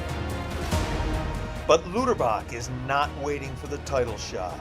As Brave Combat Federation returns to Europe for the 20th time, Peregrino aims to put himself in title contention in 2 divisions, Super Lightweight and Super Welterweight. So Lutterbach is moving on up. Wobble down, we got a man down, right? Shots are landing again and again and again and again, and it's over! Brave Nation, that's why they call him Peregrino! Across the cage at Brave 70 in Slovenia stands Sweden's Andreas Gustafsson. The beast they call Bane lost only once as an amateur for the IMAF World Championship. He's lost only once as a pro by a controversial split decision to an Olympic wrestler. Has firmly established himself as one of Europe's top fighters in the middleweight division and earned the Brave Combat Federation 2020 Fight of the Year with a thrilling stoppage of Serbia's Miro Jorkovic. Is made out of something very special. That is it! 6 in a row for Andreas Berg Gustafsson. So as Peregrino flies up from super lightweight to super welterweight, Bane comes crashing down from middleweight, and the two collide in a co-main event that promises 2 things. 1, it will be nasty, brutish, and short. And 2, it will be the 2023 Fight of the Year.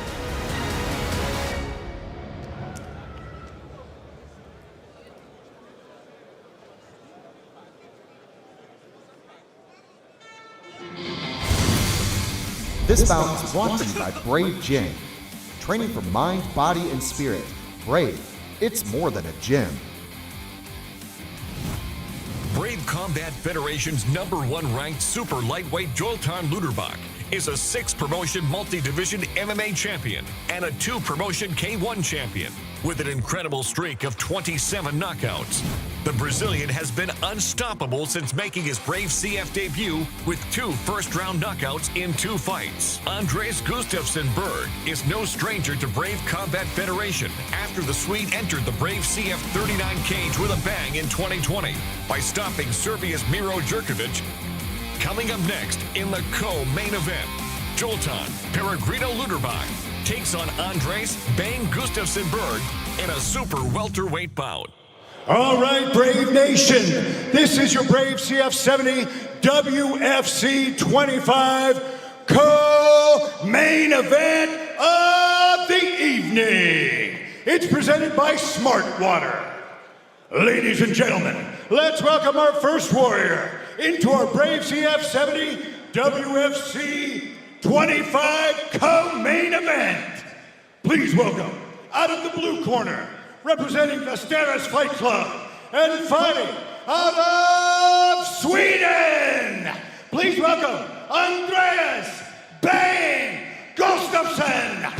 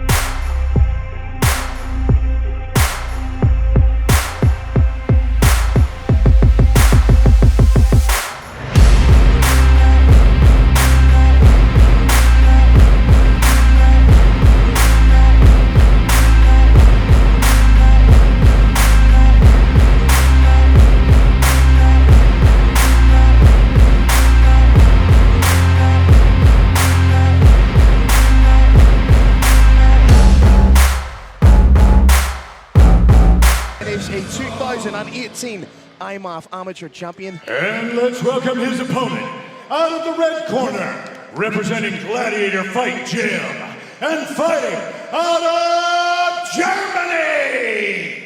Please welcome the dynamic Joilton Lutterbach.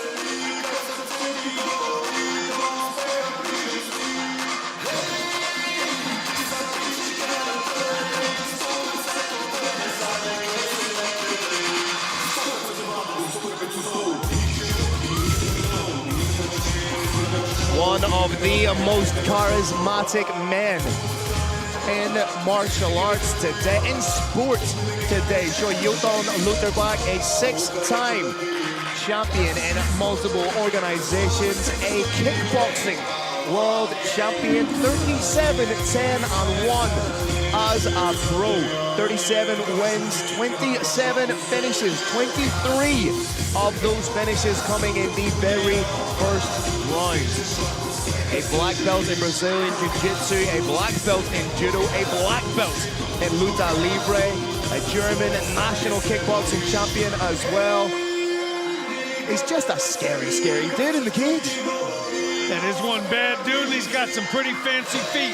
One of the things that he's developed, Phil, is incredible striking defense, and he's going to need it.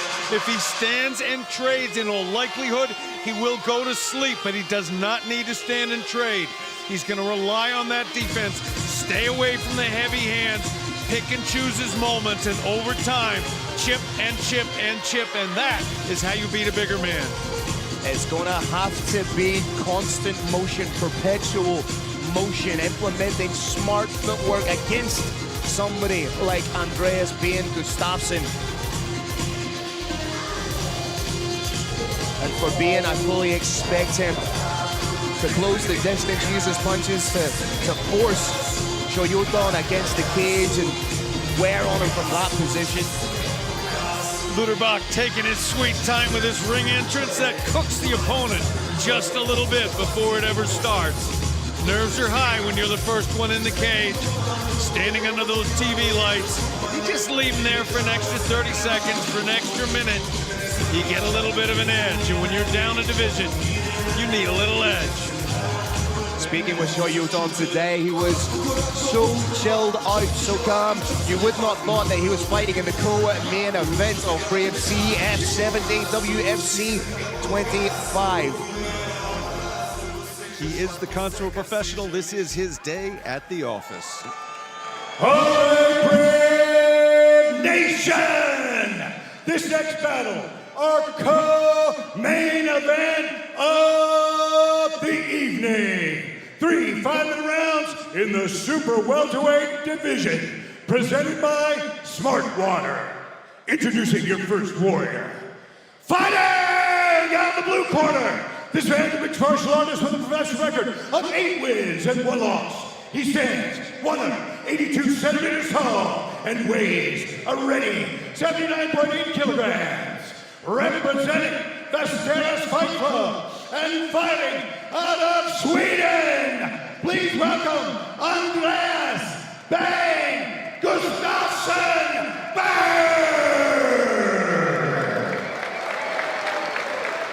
Introducing his opponent.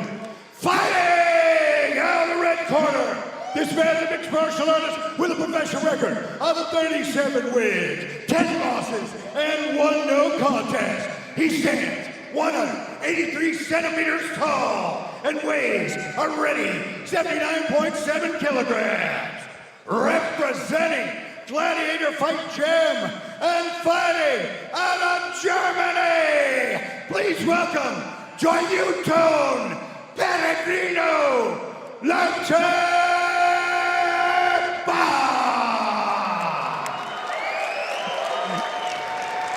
Your referees, the Bandit, Decky Marker. Big thanks to Smartwater for our sponsorship of this event. Again, big thanks to Smartwater. Tale of the team, Joilton Lutterbach, the younger by 2 years. The Bandit, Decky Larkin, is our man in the middle. There is a big overhand into the clinch from Gustafsson. But he's eating some knees here. Joilton showing his strength right there by just turning Gustafsson, but a little bit of a chess match right here. This is not the contest Joilton necessarily wants to engage in. He does not want a test of strength, and that's what he's getting right here. Wants to reverse, separate, and do what he does better than anybody. Big pot shots from the outside.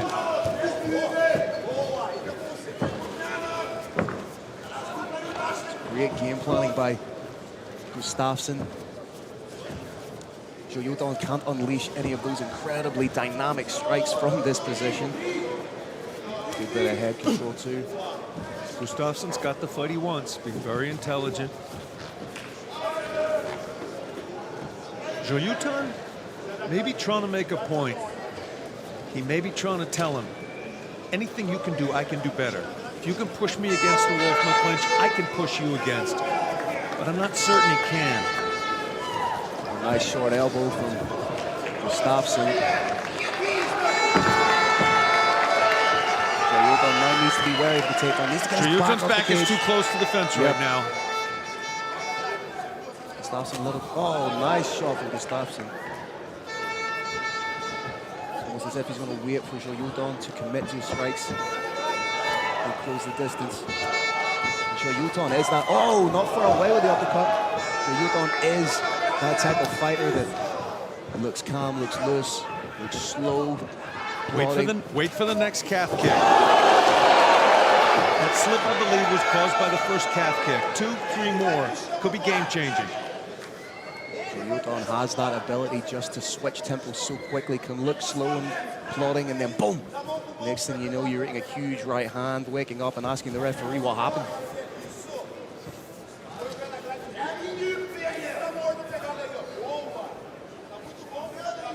Beautiful giraffe wrestling, Brave Nation. Joilton doing a very, very good job of using his head to get an advantage in terms of leverage. Digging in for the underhook well. I'm not quite sure, but I think Gustafson might be caught. I think the nose might have been pinged pretty hard by Joilton. And as we said, it is smart from Gustafson. They try and take a little bit of the energy away from the dynamic striker. Joilton with the takedown. Right has the back. We discussed, Brave Nation, you're looking at a fighter with a black belt in jiu-jitsu, a black belt in judo, and a black belt in luta libre. Submissions, takedowns, and a wrestling-based game. That little foot sweep was evidence of it. Joilton is just so well-rounded. Joilton tried a buddy lock and lift. Was not successful with it. A little bit. Now he's got his hands together.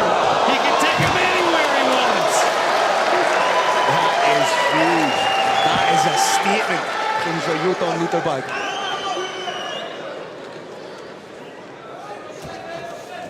Another, just the veteran savvy to be able just to kick out the leg. It's a lifetime spent in martial arts. That particular foot sweep specialty comes from judo. Incredible matchmaking by our matchmaker, Sam Brett here. Two incredible fighters throwing down for your entertainment inside the Brave Arena.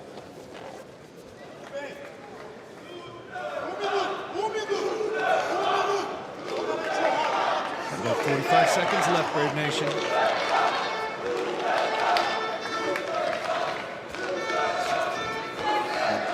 Like this is bound to do the confidence of Joilton the world of good. Joilton, I think, has shown he can win in the clinch, he can win in the outside. He's winning the takedown battle, he's winning the striking battle, but he is the smaller fighter by quite a bit. And I think that's something that might surprise a lot of people watching, that not only is Joilton holding his own in the wrestling exchanges, for me, he's been winning them.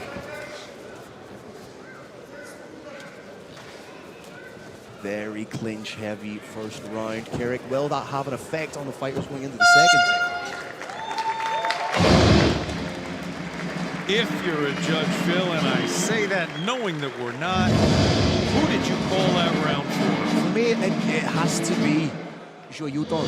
He landed the bigger shots for me. He was very much in control of the cadence, the flow, the tempo of the fight.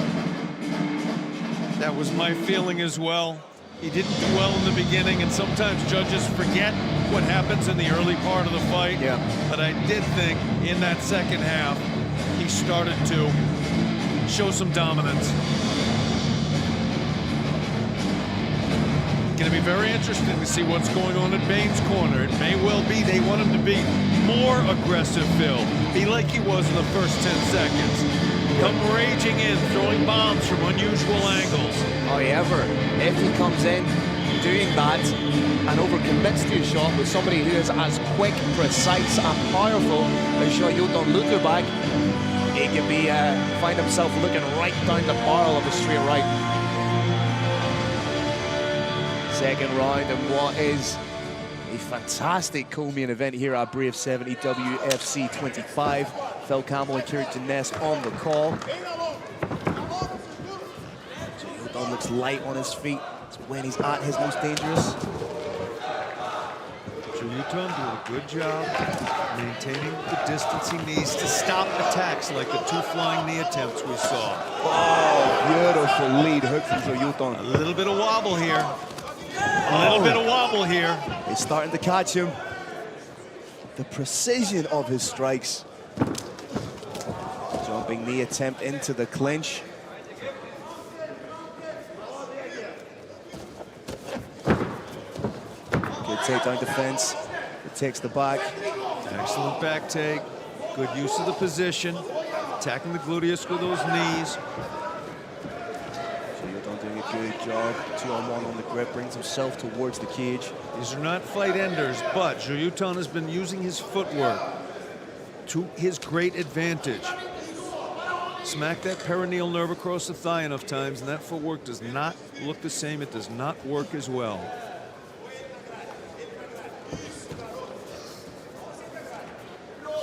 I would like to see Joilton try and work for separation and again let the hands go, but easier said than done when you have Gustafson keeping you close. And there is the psychological aspect, Phil. A lot of fighters are not willing to concede that anyone is better than them anywhere. Said, I'm going to show you I'm as strong as you are. I'm going to show you I can match you with strength on the inside. Oh, big knee right up the middle.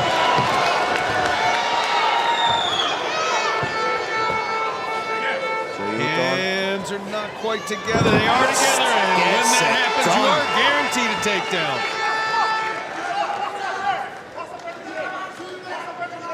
I don't think Gustafson was anticipating this type of a fight.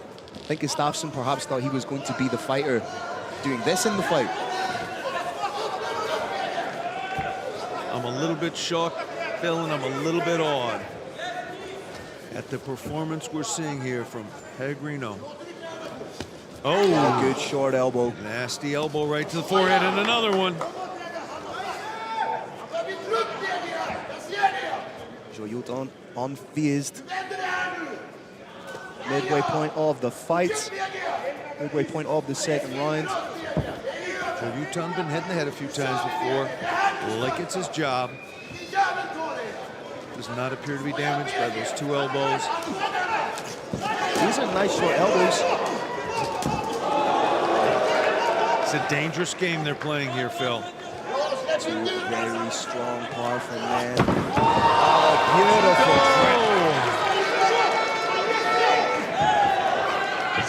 trip. Going up with a head kick, and Gustafson starting to wear the fight a little bit more on the face. Another takedown attempt from Joilton. He is making a point here tonight. Joilton Lutterbach is showing dominance in all aspects of the fight game. Gustafson on top now. Landing big shots, but once again we find ourselves in the clinch. Joilton doing a great job of pressuring Gustafson here. A little reversal. Gustafson is still very, very much in this fight.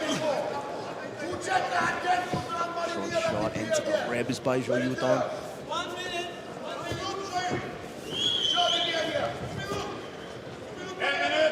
Good split base from Gustafson here, defending the takedown. Brave Nation, Joilton wants to get his hands together. His opponent is going into what's called a running man stance, making his legs as wide as he can. So it's hard to get the fingers together.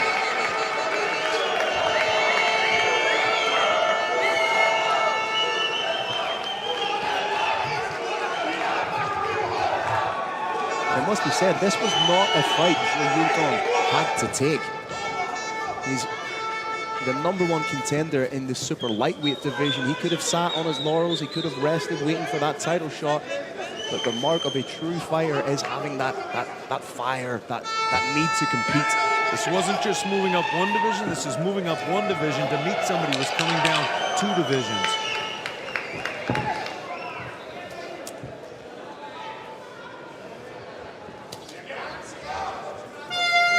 Another big round for Joilton.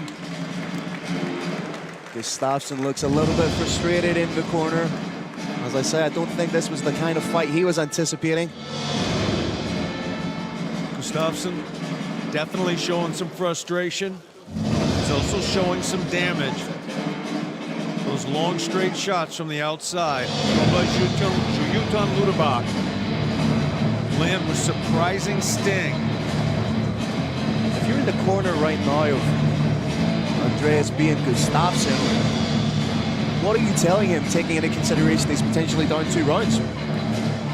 I think elbows. I think elbows are the magic weapon that he can pull out. He's got to dig down pretty deep. He's tired. His brain's rattled a little bit. His face is getting lumped up. He wants to get into that clinch, and I have every reason to believe Lutterbach is willing to do that. He's going to have to give it his all, hit his opponent against that fence, and unleash elbows. I would not be surprised if we see Joilton Lutterbach turn this 3rd and final round into a striking match. I do believe it's going to be a striking clinic. I was just going to say the alternative to that clinch and elbow is going to be staying on the outside and eating long shot after long shot with a distinct possibility of a kick coming in from nowhere and landing on the melon. Gustafson needs to be wary of dipping that head when he's charging in with the overhands.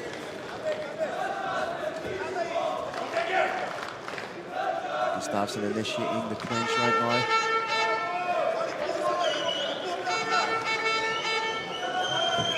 Joilton just so strong in these positions, and I think that's the biggest compliment that you can pay him, that he's doing this against one of the strongest guys in MMA. Yeah, he's doing it against somebody who came down to this division when he was moving up a division. Really, these two are 2 divisions apart. It's an extraordinary display of strength. Trip attempt, but ends up giving up the back. Turtle position here for Joilton. Needs to be wary of Gustafson getting hooks in there. He's landed big shots rolling. That little Granby roll, maybe a victory roll, was not successful. There's going to be a rinse repeat. Got a little tight waist from Berg. Scramble. Situation has not fundamentally changed.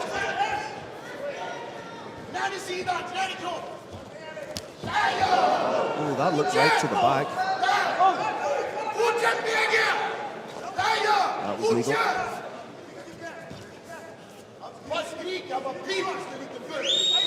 And this is a real skill. That knee fill may have caused some damage. Made a little bit of an unusual noise. And this is a skill that Gustafson has. He's able to turn fights a little ugly, turn them a little bit nasty. This is probably what he wanted to do throughout the fight. Joilton Lutterbach is absolutely positively having the best round of this fight, landing clean shots to the head, dominating a lot of these exchanges. Is not, however, able to get a takedown.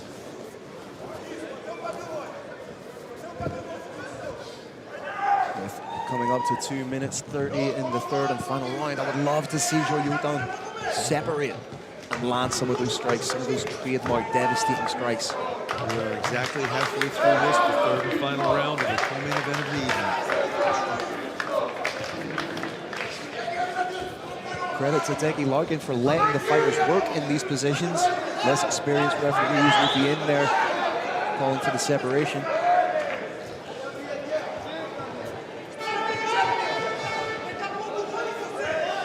Brave Nation, for those of you fans who haven't spent a lot of time on the mats, these knees to the thighs look like they're just chipping away. They're devastating. If you hit a normal person with one, they'll drop to the ground screaming and holding on to that leg.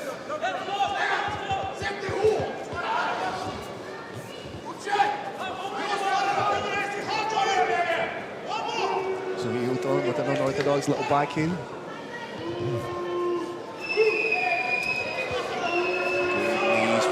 Gustafson. But realistically, Gustafson's going to need a finish if he wants to win this fight. On my scorecard anyway. I've got it identically right now going into the third round. I've got it 2018 in favor of Pellegrino.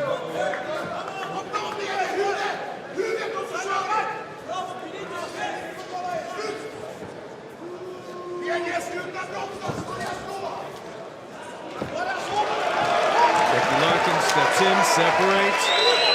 Fan like that one. Nice shot over the top from Gustafson, but Joilton, this is where he's at his most dangerous. Swing and a miss from Gustafson. Joilton completely calm. His two bombs went whizzing by his nose. I'd like to see him get his back off the cage here. There's potential for a counter straight right from Joilton if he times. Oh, big shot over the top. Nice shot from Gustafson.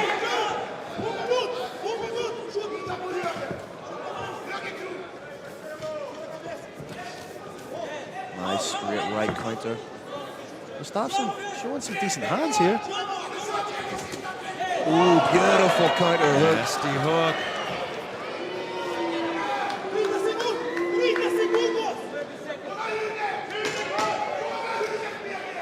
Final 10 seconds of a very, very interesting fight. Big knee from Gustafson, but is it enough?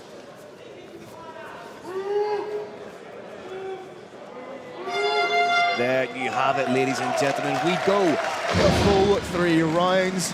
These gentlemen could not be separated by 15 minutes of action. Therefore, we go to our judges' scorecards. And Carrick, break down some of the action for me. We're looking at it right now. There was an inside reap. This is the second time it was attempted. The first time there was an inside reap into a double leg, and it succeeded. Second time was a fail. Gustafson, very, very smart fighter. It worked once, is not going to work on him twice. We see that terrifying standing and trading between Pellegrino and Bain. And now, in this, the co-main event, one of the best cards we've seen, WFC 25, Brave Combat Federation 70. The camera's taking this up into the cages we've referenced earlier. This is one of the most miserable moments in mixed martial arts. Neither fighter is certain what's going to happen. There's an old saying in the sport, never leave it in the hands of the judges. The reason you say that is because you never know what's going to happen. Both these fighters are hopeful that the judges are going to see it their way, but all they can do now is stand and wait and wait and wait. And when the wait takes a little bit longer than usual, typically that happens because there is a split decision. I don't believe there's going to be a split decision here. I think it's a relatively clear 29-28 for Joilton Lutterbach. But that said, I am not a judge here.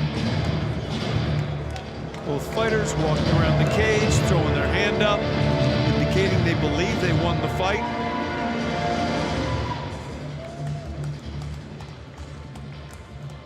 There is nothing to do now but wait, Brave Nation. The fight is over. This is the end. This is taking a little bit longer than usual. That can potentially indicate a split decision. Carlos Kramer is leaving the head judge's table. He's walking towards the WCF Brave Combat Federation cage. Fighters are standing with Decky the Bandit Larkin at center cage. It is just about to be official. All right, Brave Nation, an exciting co-main event. We call the judges' scorecards after 3 rounds. First judge scores about 29-28.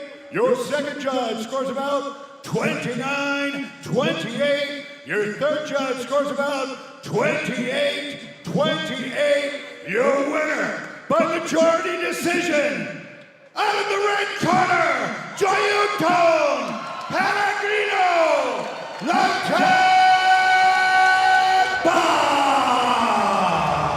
There you have it. Brave Nation, Joilton Lutterbach wins by majority decision. One judge had it a draw, two judges had it 2 rounds to 1 for Lutterbach. Phil Campbell, the Irish Thunder, has entered the Brave Combat Federation cage and is going to have a word with the German-Brazilian fighter.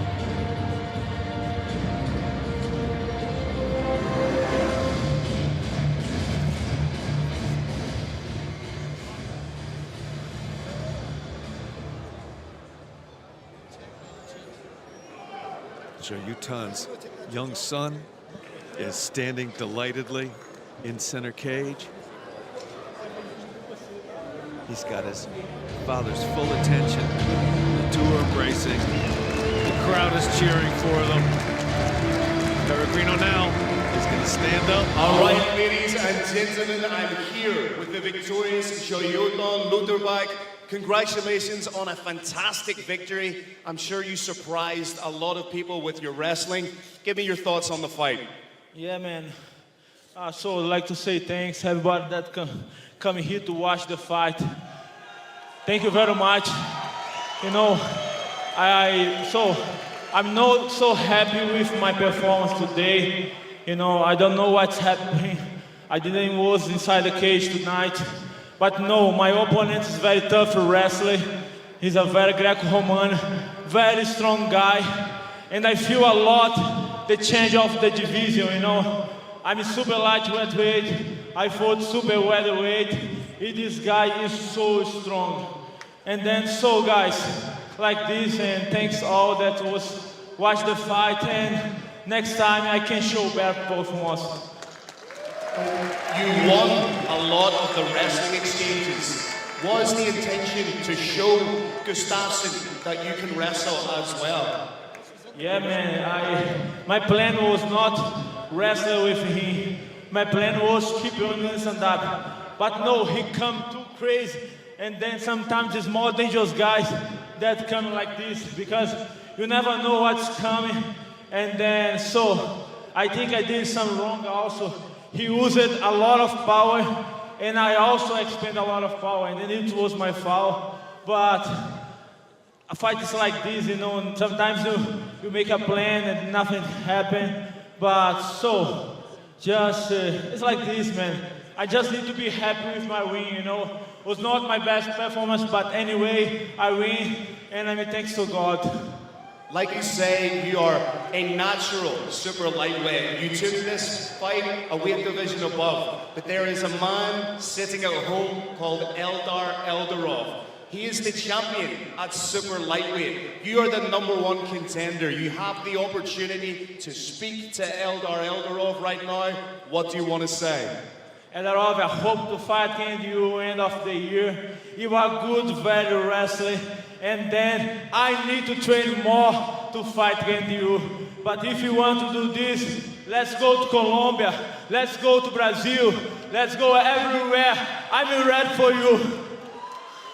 Well, once again, congratulations on a fantastic fight. We look forward to seeing you again. Ladies and gentlemen, give it up one more time. Joilton Lutterbach! Phenomenal job by a man we may see next in a title fight. Watching some of the action from that 3-round fight.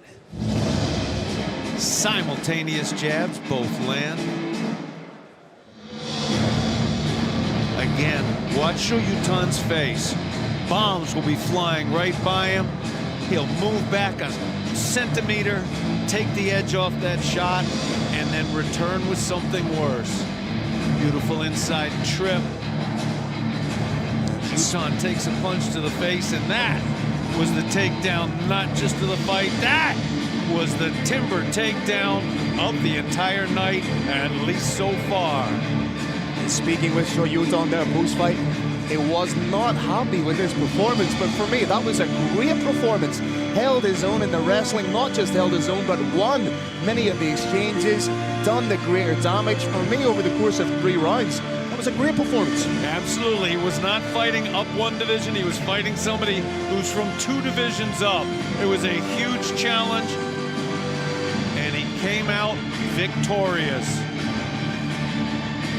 Surely next for Joilton will be a fight against our super lightweight champion Eldar Eldarov, and Kirik, potentially that fight could be not just fight of the year, but fight of the decade. Fight of the anything. See some of the action closing off the fight. Credit to Gustafsson, he landed some big shots of his own. He did land some big shots, but Joilton's skill is so high. He was literally rolling with the punches. It's a technique that even in boxing is Bosnia-born light largely heavyweight Erko non-existent. Jun learned Taekwondo and kickboxing from a young age, but his entry to elite sports status was via bodybuilding under legendary coach Bill Richardson. Body Hunter's extraordinary strength led to a KO of the night in his very first fight, and 4 months later a co-main in front of 15,000 people. At bravecf 70 in Slovenia, Jun will fight in his 4th main event, an unprecedented record for a fighter after just 7 bouts. Jun knows only one way to win, knockout, and that's what he aims to do versus Slovenia's own Marko Drmonjic. Lionheart Dermanic fought 13 long years for global recognition until a devastating 38-second choke win got the attention of Brave matchmakers. In his Brave debut, Dermanic ended it with kill the legs and the head will die, a perfectly placed low kick, and another for good measure, and then one more when his opponent fell. This fight promises to be a pure test of strength, the strength to end a fight, the strength to endure, and perhaps above all, strength of heart. It's all over! All about the leg kicking game of Marko Drmonjic.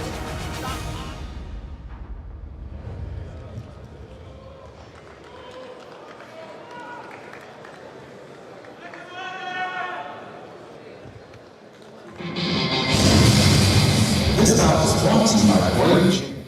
Training for mind, body, and spirit. Brave. It's more than a gym. Former WFC middleweight contender Marko Drmonjic is a Slovenian MMA legend with 20-plus fights. He returns after a 3-year hiatus to make his swan song and will look to go out on a high on the most global MMA platform. Erko Jun is a KO specialist, sporting 5 knockouts and 5 victories, with only one going past the 2nd round. Tonight, he aims to make another spectacular statement when he makes his debut in Brave Combat Federation's 205-pound division. Coming up next in the main event of the evening, Marko Lionheart Drmonjic takes on Erko, the bounty hunter Jun, in a light heavyweight bout. All right, Brave Nation, your bravecf 70 WFC 25 main event of the evening. Let's welcome our first warrior into the bravecf 70 WFC 25 arena. Representing UFD Gym and fighting out of Bosnia and Herzegovina, please welcome Erko, the bounty hunter.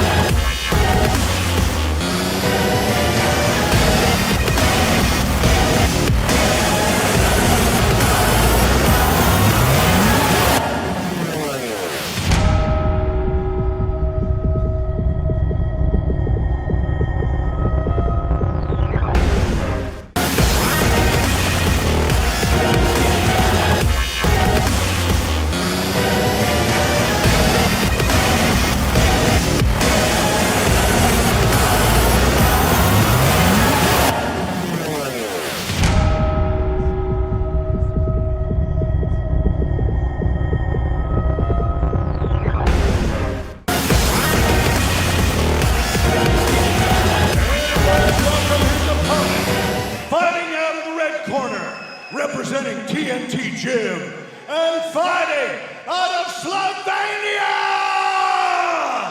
Please welcome Marko Lionheart!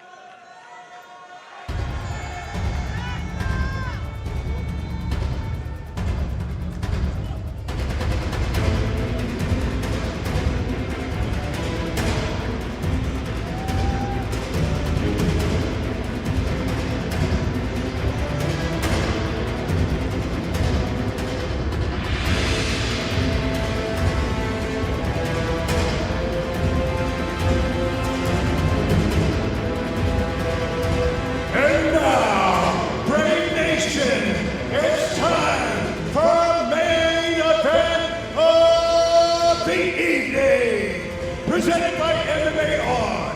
3 final rounds in the light heavyweight division. This main event is sanctioned by the Slovenian Mixed Martial Arts Association. Your 3 judges for the bout are Simone Spinola, Hamid Karim, and Emiliano Calrosi. Your referee in charge of the action is the Bandit, Decky Larkin. 2 warriors are ready to collide inside the bravecf 70 WFC 25 arena. Brave Nation, don't blink for this one. This will be absolute fire. Our main event of the evening. 2 men enter, only one leads with his arm raised in victory. Who will come out on top of this amazing main event? It's time to find out. Let's introduce our 2 main event warriors. Brave Nation, can you feel the thunder? It's time to be brave. Before we begin, I have one question for you, and one question only. For all those watching in beautiful Ljubljana, Slovenia, and the millions watching around the world, Brave Nation, are you ready?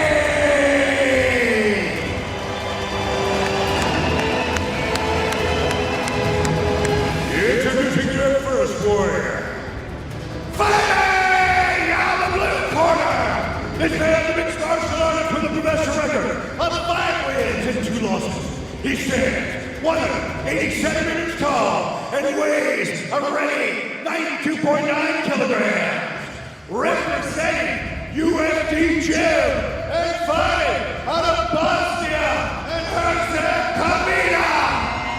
Please welcome Erko, the bounty hunter,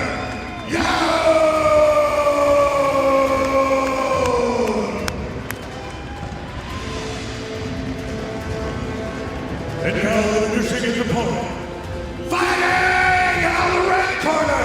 This man's a mixed martial artist with a professional record of 10 wins, 10 losses, and 1 draw.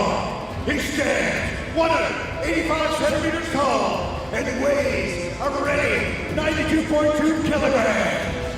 Representing TNT Gym and fighting out of Slovenia. Put your hands together for Marko Lionheart.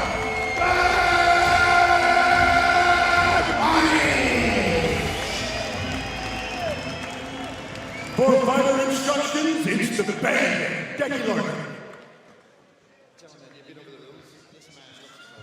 Vai ter stop, stop.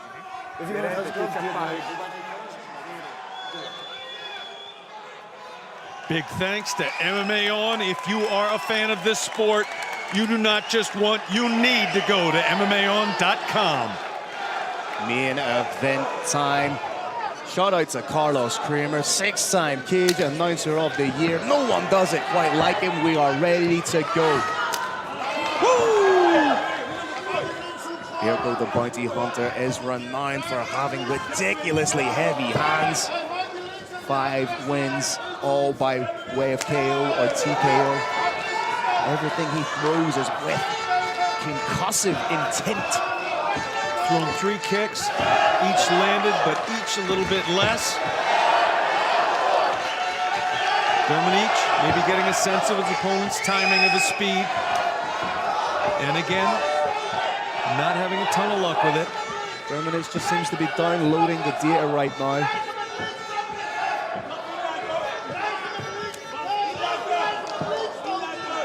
Not a lot of activity with the hands yet from both guys. That's typically a smart thing to do. If you can kick from the outside, it keeps you safer from potential counters coming where. Big shot over the top from Lionheart there. Those leg kicks are going to add up. That's the second one that landed clean. Look at the reddening already on the thigh there of Drmonjic. From just 2, Phil. Gonna be a third one coming, and there it is.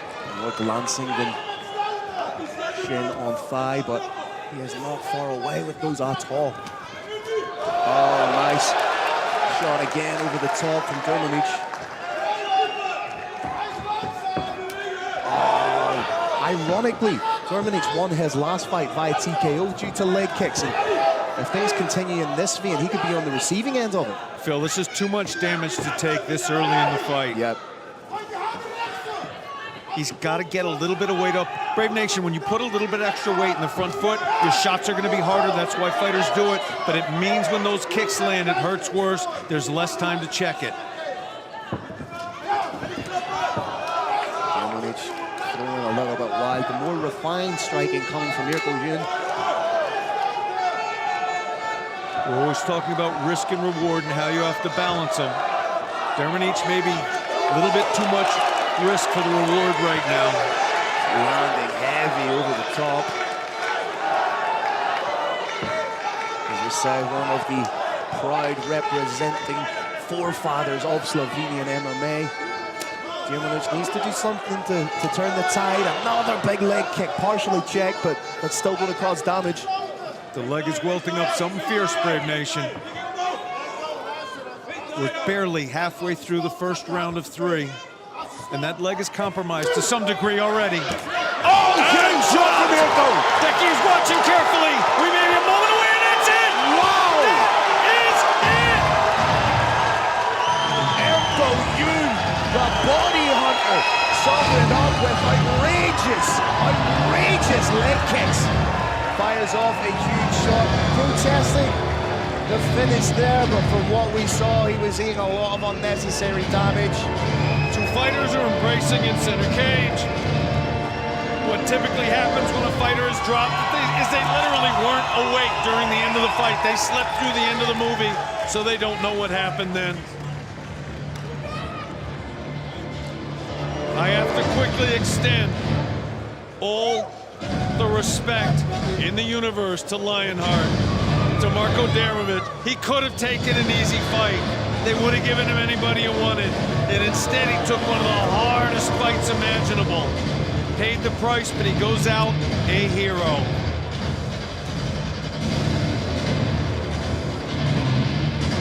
And huge congratulations, of course, to Erko Jun. The bounty hunter came in there and he took it. By my estimation, it was less than 3 minutes into the first round. Huge shots from the hands, but those were all set up by those low kicks. Having a little fun on the ground now. Erko rolling around with his teammate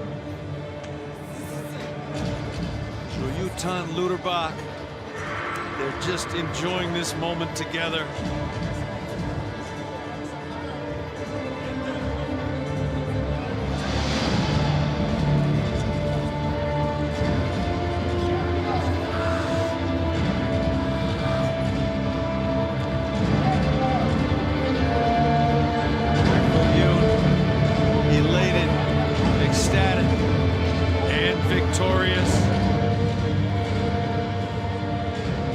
So it must be said, a very handsome man. He is, after all, a model. Decky Larkin calling him to the center of the WFC Brave Combat Federation cage. Calling him over for the time, method, and round to be read off by Carlos Kramer. All right, Brave Nation, a phenomenal finish in our main event at 2 minutes and 52 seconds of the very first round. Your winner by TKO due to strikes, Erko, the Bounty Hunter, Jun!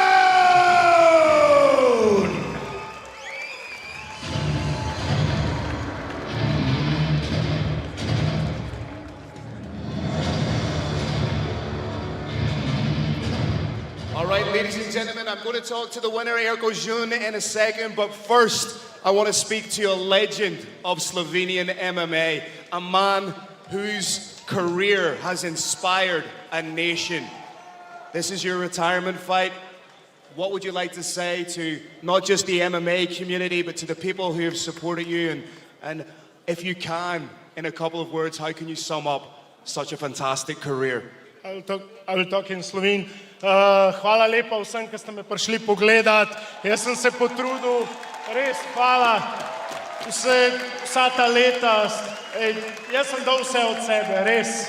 Meni je zelo žal, šel sem noter, dal srce, ni šlo. Jun je bil boljši, tako je to. In hvala vam, ki ste mi vsa ta leta stali ob strani. Hvala vam, res. To je več ali manj to. Jaz končujem svojo kariero, fantje mlajši ne imajo priložnost. Še enkrat hvala Sloveniji. Ni važno, zgubil sem, ampak sem se boril in tako je treba tudi v življenju. Treba se boriti do konca, ni važno. Ladies and gentlemen, give it up for the legend, Marko Lionheart Drmonjic. Leaving gloves in the cage, the traditional sign of retirement. I'm here with your winner, Erko Jun. Erko, a fantastic performance. What a way to introduce yourself to the Brave fans. Talk me through the fight and talk me through that finish. Listen, I promised my brother and my fiancée that I will do a spectacular Brave debut, and I think it was spectacular. So I'm very proud to fight here. I'm very happy. Volim te Bosno. I slušaj, isto da kažem, Ljubljana, volim vas stvarno, ste me dočekali, baš mi je super u Sloveniji i drago mi je što sam se ovdje mogao boriti. The leg kicks were working perfectly for you. Was that the game plan? Attack the legs, attack the movement, and finish with heavy hands? Honestly, my low kick is one of my strongest weapons. Every guy knows it in the gym. My coaches also knows it. And when I have the opportunity to attack with a low kick, I always do it. It's like the first step. After a performance like that, introducing yourself to the Brave fans, everyone is now excited. How quickly will we see you again inside the Brave cage? Well, I have no injuries at all, so I think very soon you will see me back at Brave. Well, congratulations on a fantastic win. Ladies and gentlemen, give it up for your winner. Just one more thing I want to say. Zlatko, also Brave Federation, Sheikh, thank you so much for having me here. It was a very big honor. Ladies and gentlemen, give it up one more time for your winner, Erko, the Bounty Hunter, Jun! Phenomenal night for Erko Jun. Phenomenal night for UFD Gym. They saw the win from Jun, the win from Lutterbach, and a draw with Cavi, and of course a phenomenal